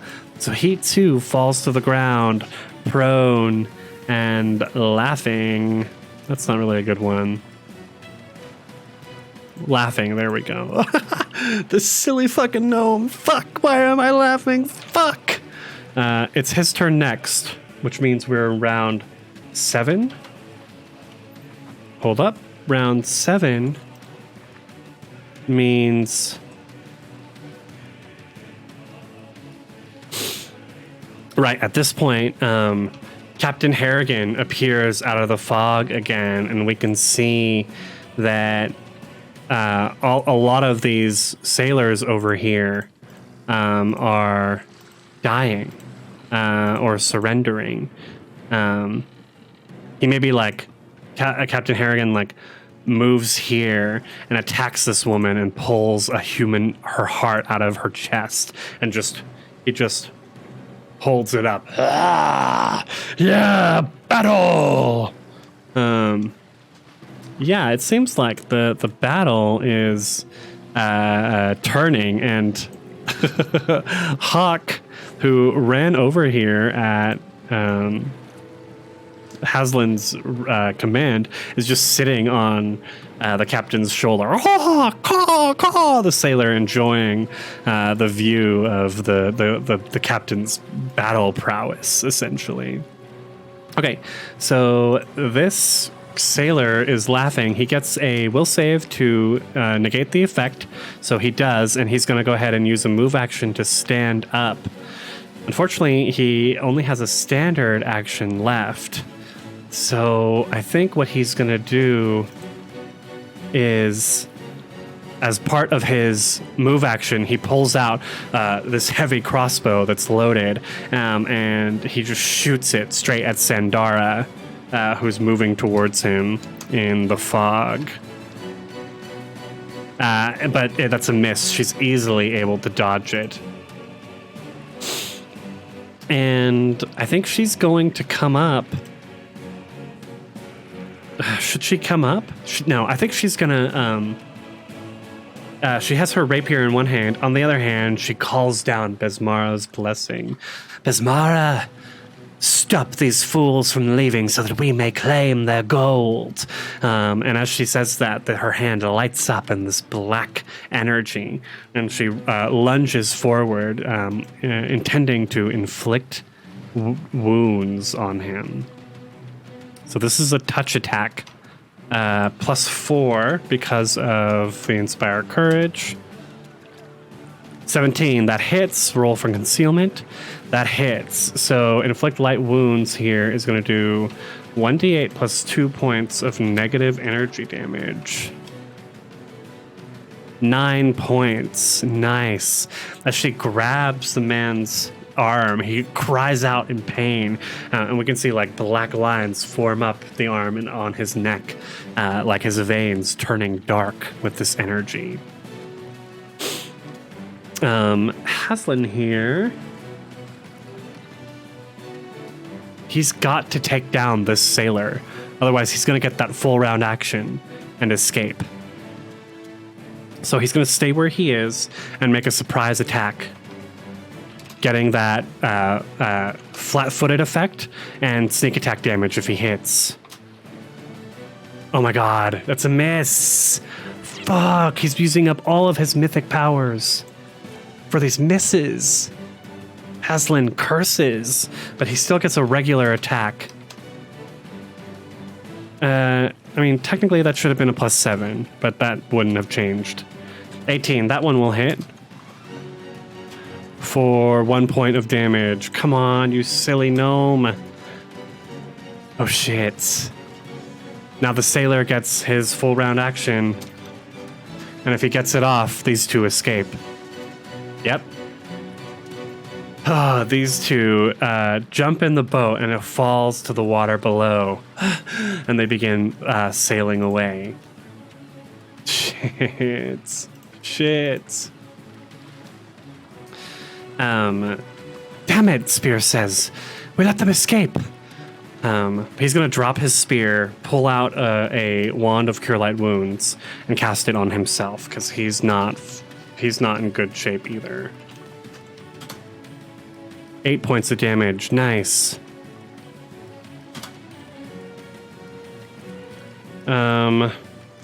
Contrabar's okay. He's going to move over here and say to... he says to Spear. Where is he?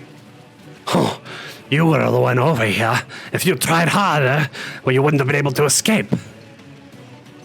Sandara says, there's no neat use for arguing. We've got to get ready. I'm sure more sailors will be coming to escape. It's her turn next. I think she's gonna step forward and let's double check her spells. She just cast Inflict Light Wounds, and she cast Instant Armor earlier. So she's got a few more spells left. She's going to use up Obscuring Mist and cast Cure Light Wounds on Haslin. She's level 3. That should have been an extra point of damage to this guy, but he's still alive, unfortunately. Damn. So she casts Cure Light Wounds on Haslin. He's going to get 6 points back. Nice. It's Haslin's turn next, and he, peers into the fog. Oh, I can't say anything. Is there anyone coming? And Spear, whose turn is... Oh, that was round 8. We're in round 8 now. Spear looks around. No, I don't see anything either. This damned fog. It looks like the tide of the battle is turning, though. Let's see. Contrabar. I think he'll pull out the wand and cast Mirror Image on himself again. And up it to 3 images. Nice. We get to Sandara in round 9. Right. Wait. Do you hear that? She looks around. And indeed, the sound of footsteps approaching. Definitely. She hears the sound of boots running up out of the ship. And a woman's voice. I think... Over here, men. We must escape. To the nope. To the starboard side boat. Wait. And there's people there. No, the port side. Oh no, look at all these deaths, she says, as we roll initiative for these new folks who have just entered the fray.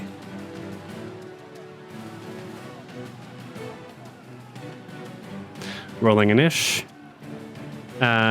Normally end combat, the stream half an hour ago, but we're going to keep going just because I really want to finish out this combat. Reorder. Aye, aye, miss, the sailors shout. And this one's going to run over. So, yeah, we've got their intent upon fleeing. But when they see people over there, she sees them. Are they friend or foe? She can't tell. I don't know. You know what? She can tell. She's a ranger. She's got, I think, pretty good perception. Let's give her a perception check. Because I want to know if they'll run up to the people or go straight to the boat. +6 perception. So it's very foggy. She's going to need at least a 15 to see if these guys, if our crew at the boat are friend or foe. Rolling the dice.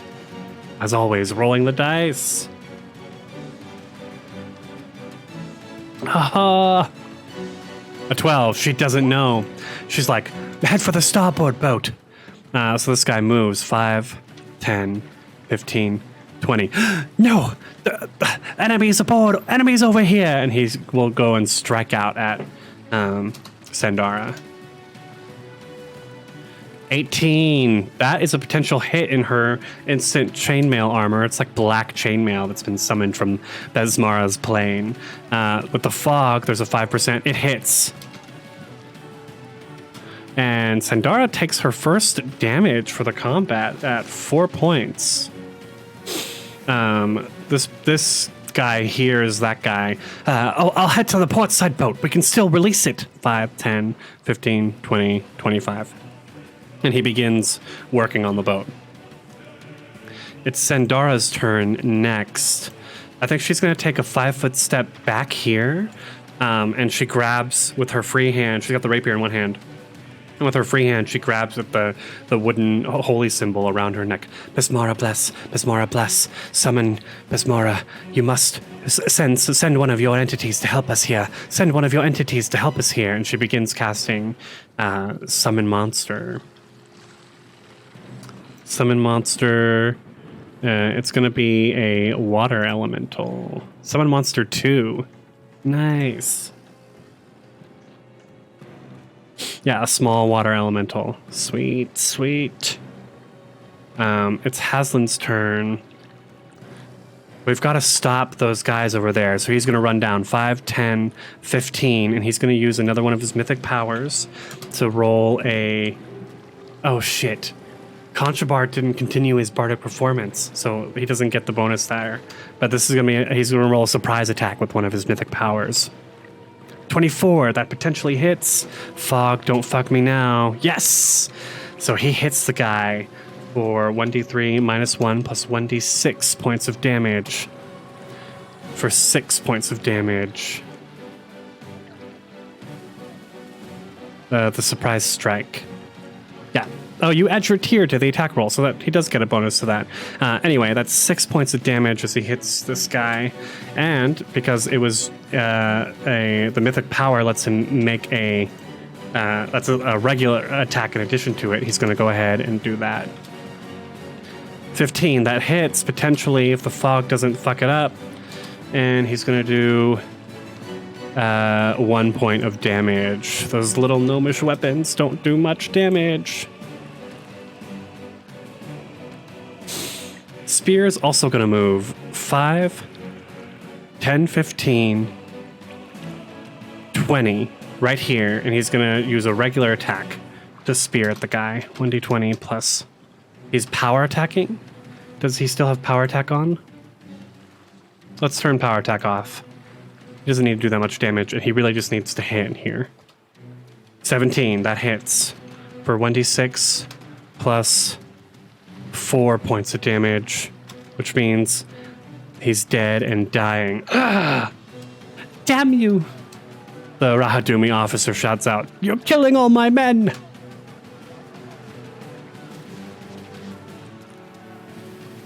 This sailor, "Watch out, mistress!" 5, 10, 15, 20 will move here and strike out at spear. For 4 points. No, 4. That does not gonna hit. Conchabar begins singing again. No, je ne regret. Do not regret this actions. Hey, Nero. Welcome to the combat. This battle is getting intense. We've got all these pirates fighting ship-to-ship combat, and the officers of the merchant vessel, the Man's Promise, are trying desperately to flee our pirates who are gleefully beating their butts in combat. But how are you doing? I've got a singing gnome who's singing Edith Piaf's No Regrets. No, regret. And he'll step forward. No, it's a standard action. So he starts his bardic performance and he's going to move down 5, 10, 15. And is going to stay here behind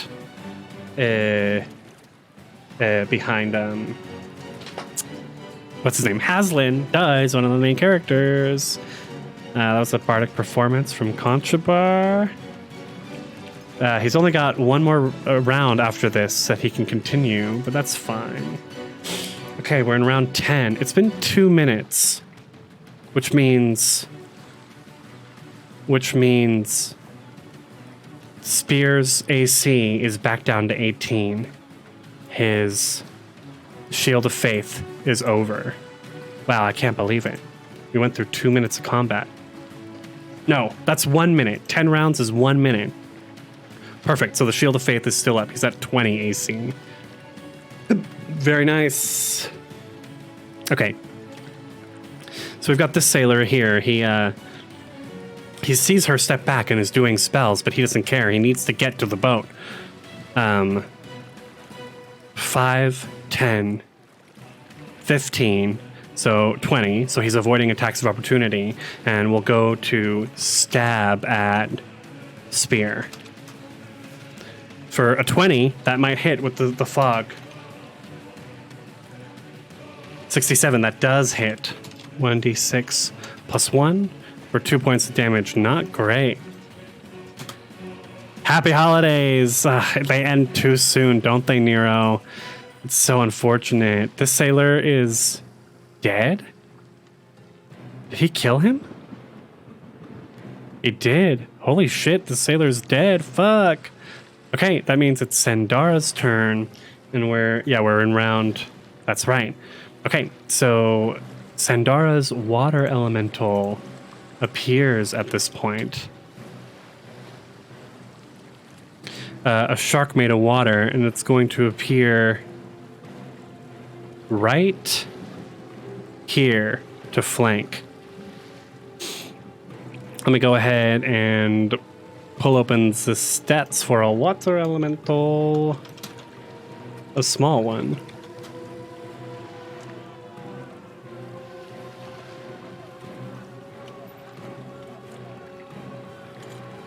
Cool. And let's go ahead and make it a bit smaller. It's got 13 HP. It's got 17 AC. And it has a speed of 20 feet. It's not swimming here, unfortunately.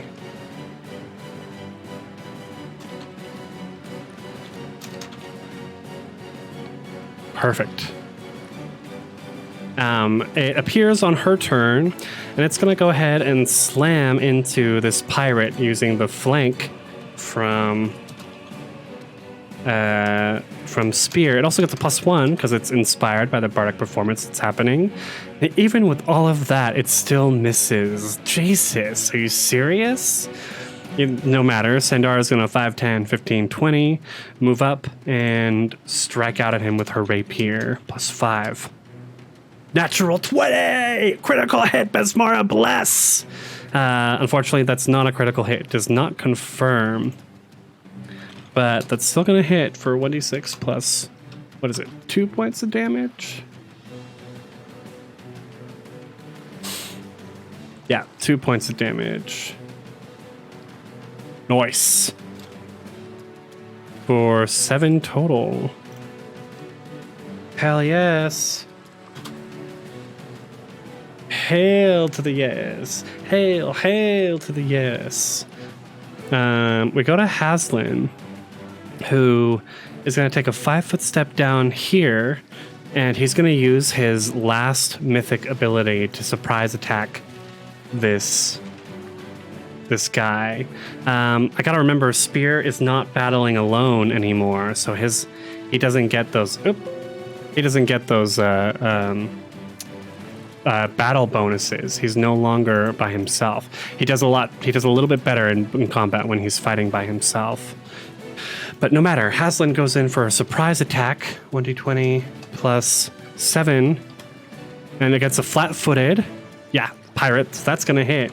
And he's going to do 1d3 minus 1 plus 1d6 for 6 points of damage. And then he'll get a regular attack as well, 1d20 plus 6. No, plus 7 because of the bardic performance. Come on, roll that dice. 25, that definitely hits. It's not going to do much. He's got a tiny little gnomish dagger for 1 point of damage. But luckily, Spear's right next to him, and he's on cleanup duty. So he's going to take a regular attack against this guy. We're going to turn power attack. Well, no. We're going to keep power attack off because he has cleave. I forgot about cleave. So he gets a plus 6 to this with the Inspire Courage. He's going to strike at the one that Haslin just stabbed. 21, that potentially hits. I forgot to roll Concealment for the last few attacks. He's good. So when we cleave, as a standard action, you make a single attack at your full base against a foe within reach. If you hit, you can make an additional attack against a foe that is adjacent to the first. So he hits the one down below and is going to make a second attack on the one above, which is a miss. Damn it. But he'll still roll 1d6 plus 4 points of damage, which does 5 damage, and he's dead. Fuck yes. Oh shit. I forgot to roll initiative for this officer. Damn it, fuck me. She should have been acting. I knew something was up. A 10. So I'm going to give her some actions real quick, because she has not gone yet. She pulls out 2 short swords, and she's going to go ahead and attack this water elemental with both of them.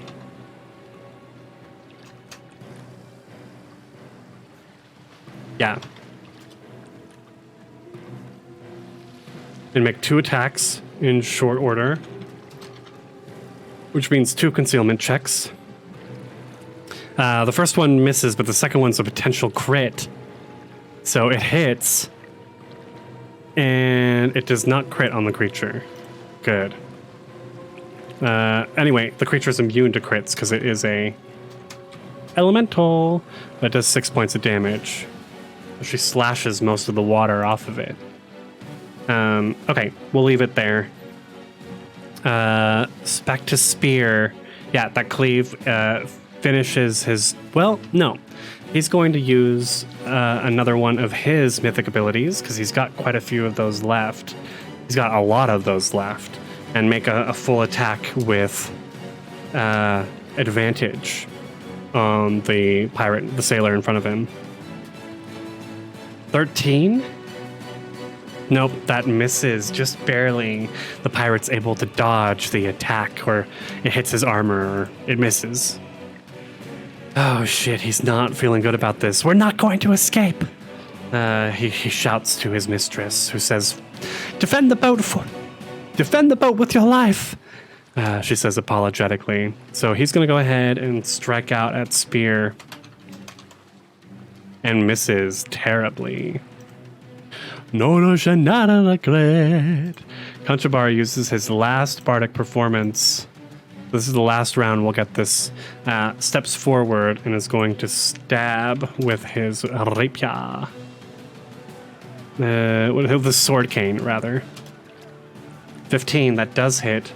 1d4 plus 1 is 2 points of damage. Haha, so close. He could have potentially killed this guy, but combat's not his strong suit. Round 11. This sailor's dead. Oh, they're fucked. We've got the officer left. She'll go ahead and attack this elemental again. 10 and 23, so that potentially hits with concealment. That misses, oh, unfortunately. But her animal companion, this hawk that's near her as well, is going to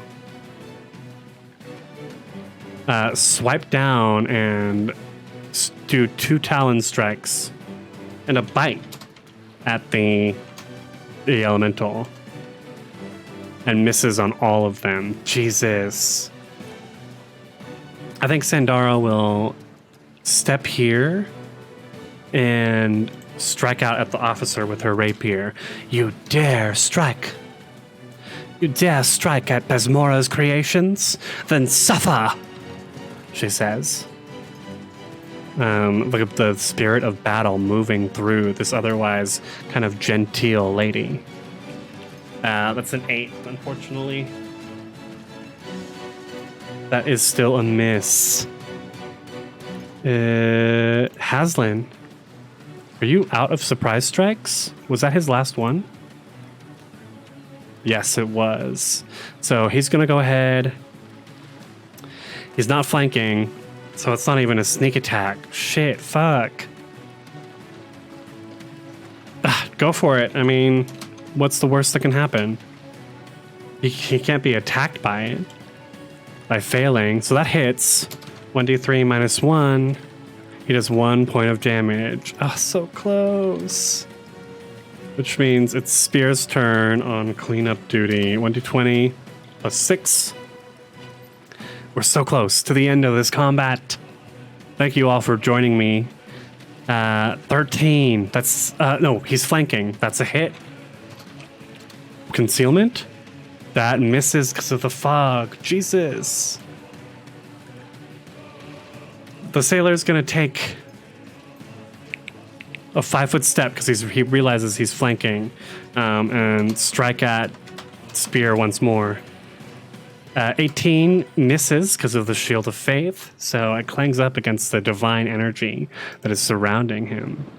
Conchabar will step down and follow this sailor, which means our bardic performance is now over. He's out of bardic performance abilities. So unfortunately, we're running out of our... This has been a long combat, and we're running out of our stuff that's making these strikes doable. But 15 still hits, unless the fog has something to say about it. No, it hits. 1d4, and he kills the sailor.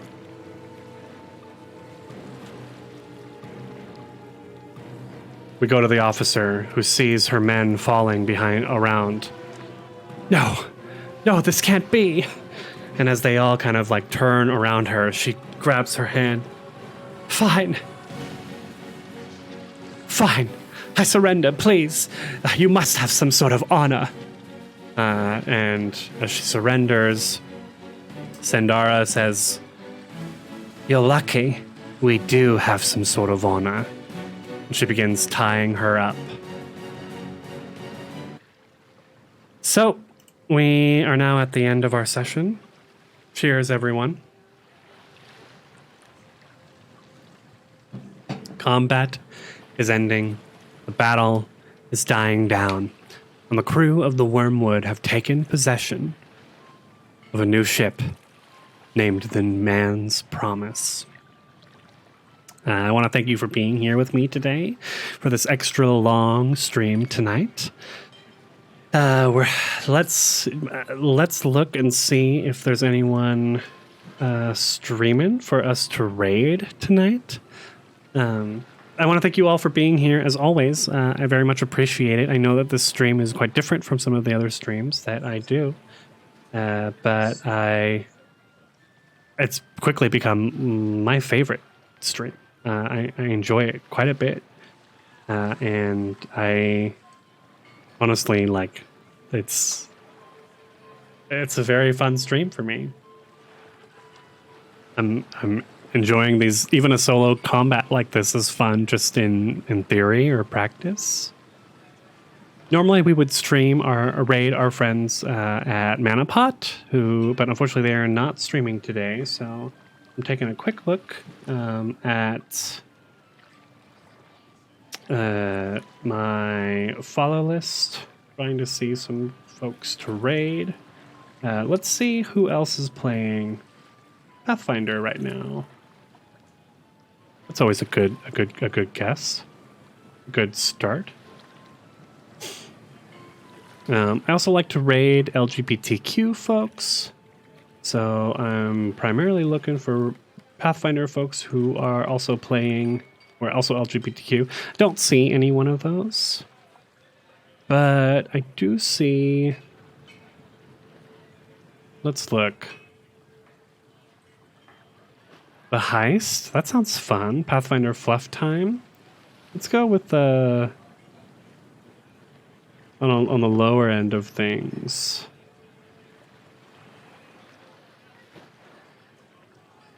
We're gonna raid the folks over at Cracked Die. Please hang out with me in the raid. It helps very much for for connection purposes. It helps the people who are on the other end and bumps up their stream a little bit.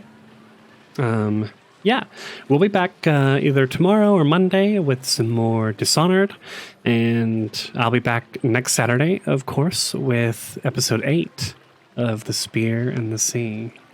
Thank you, and good night.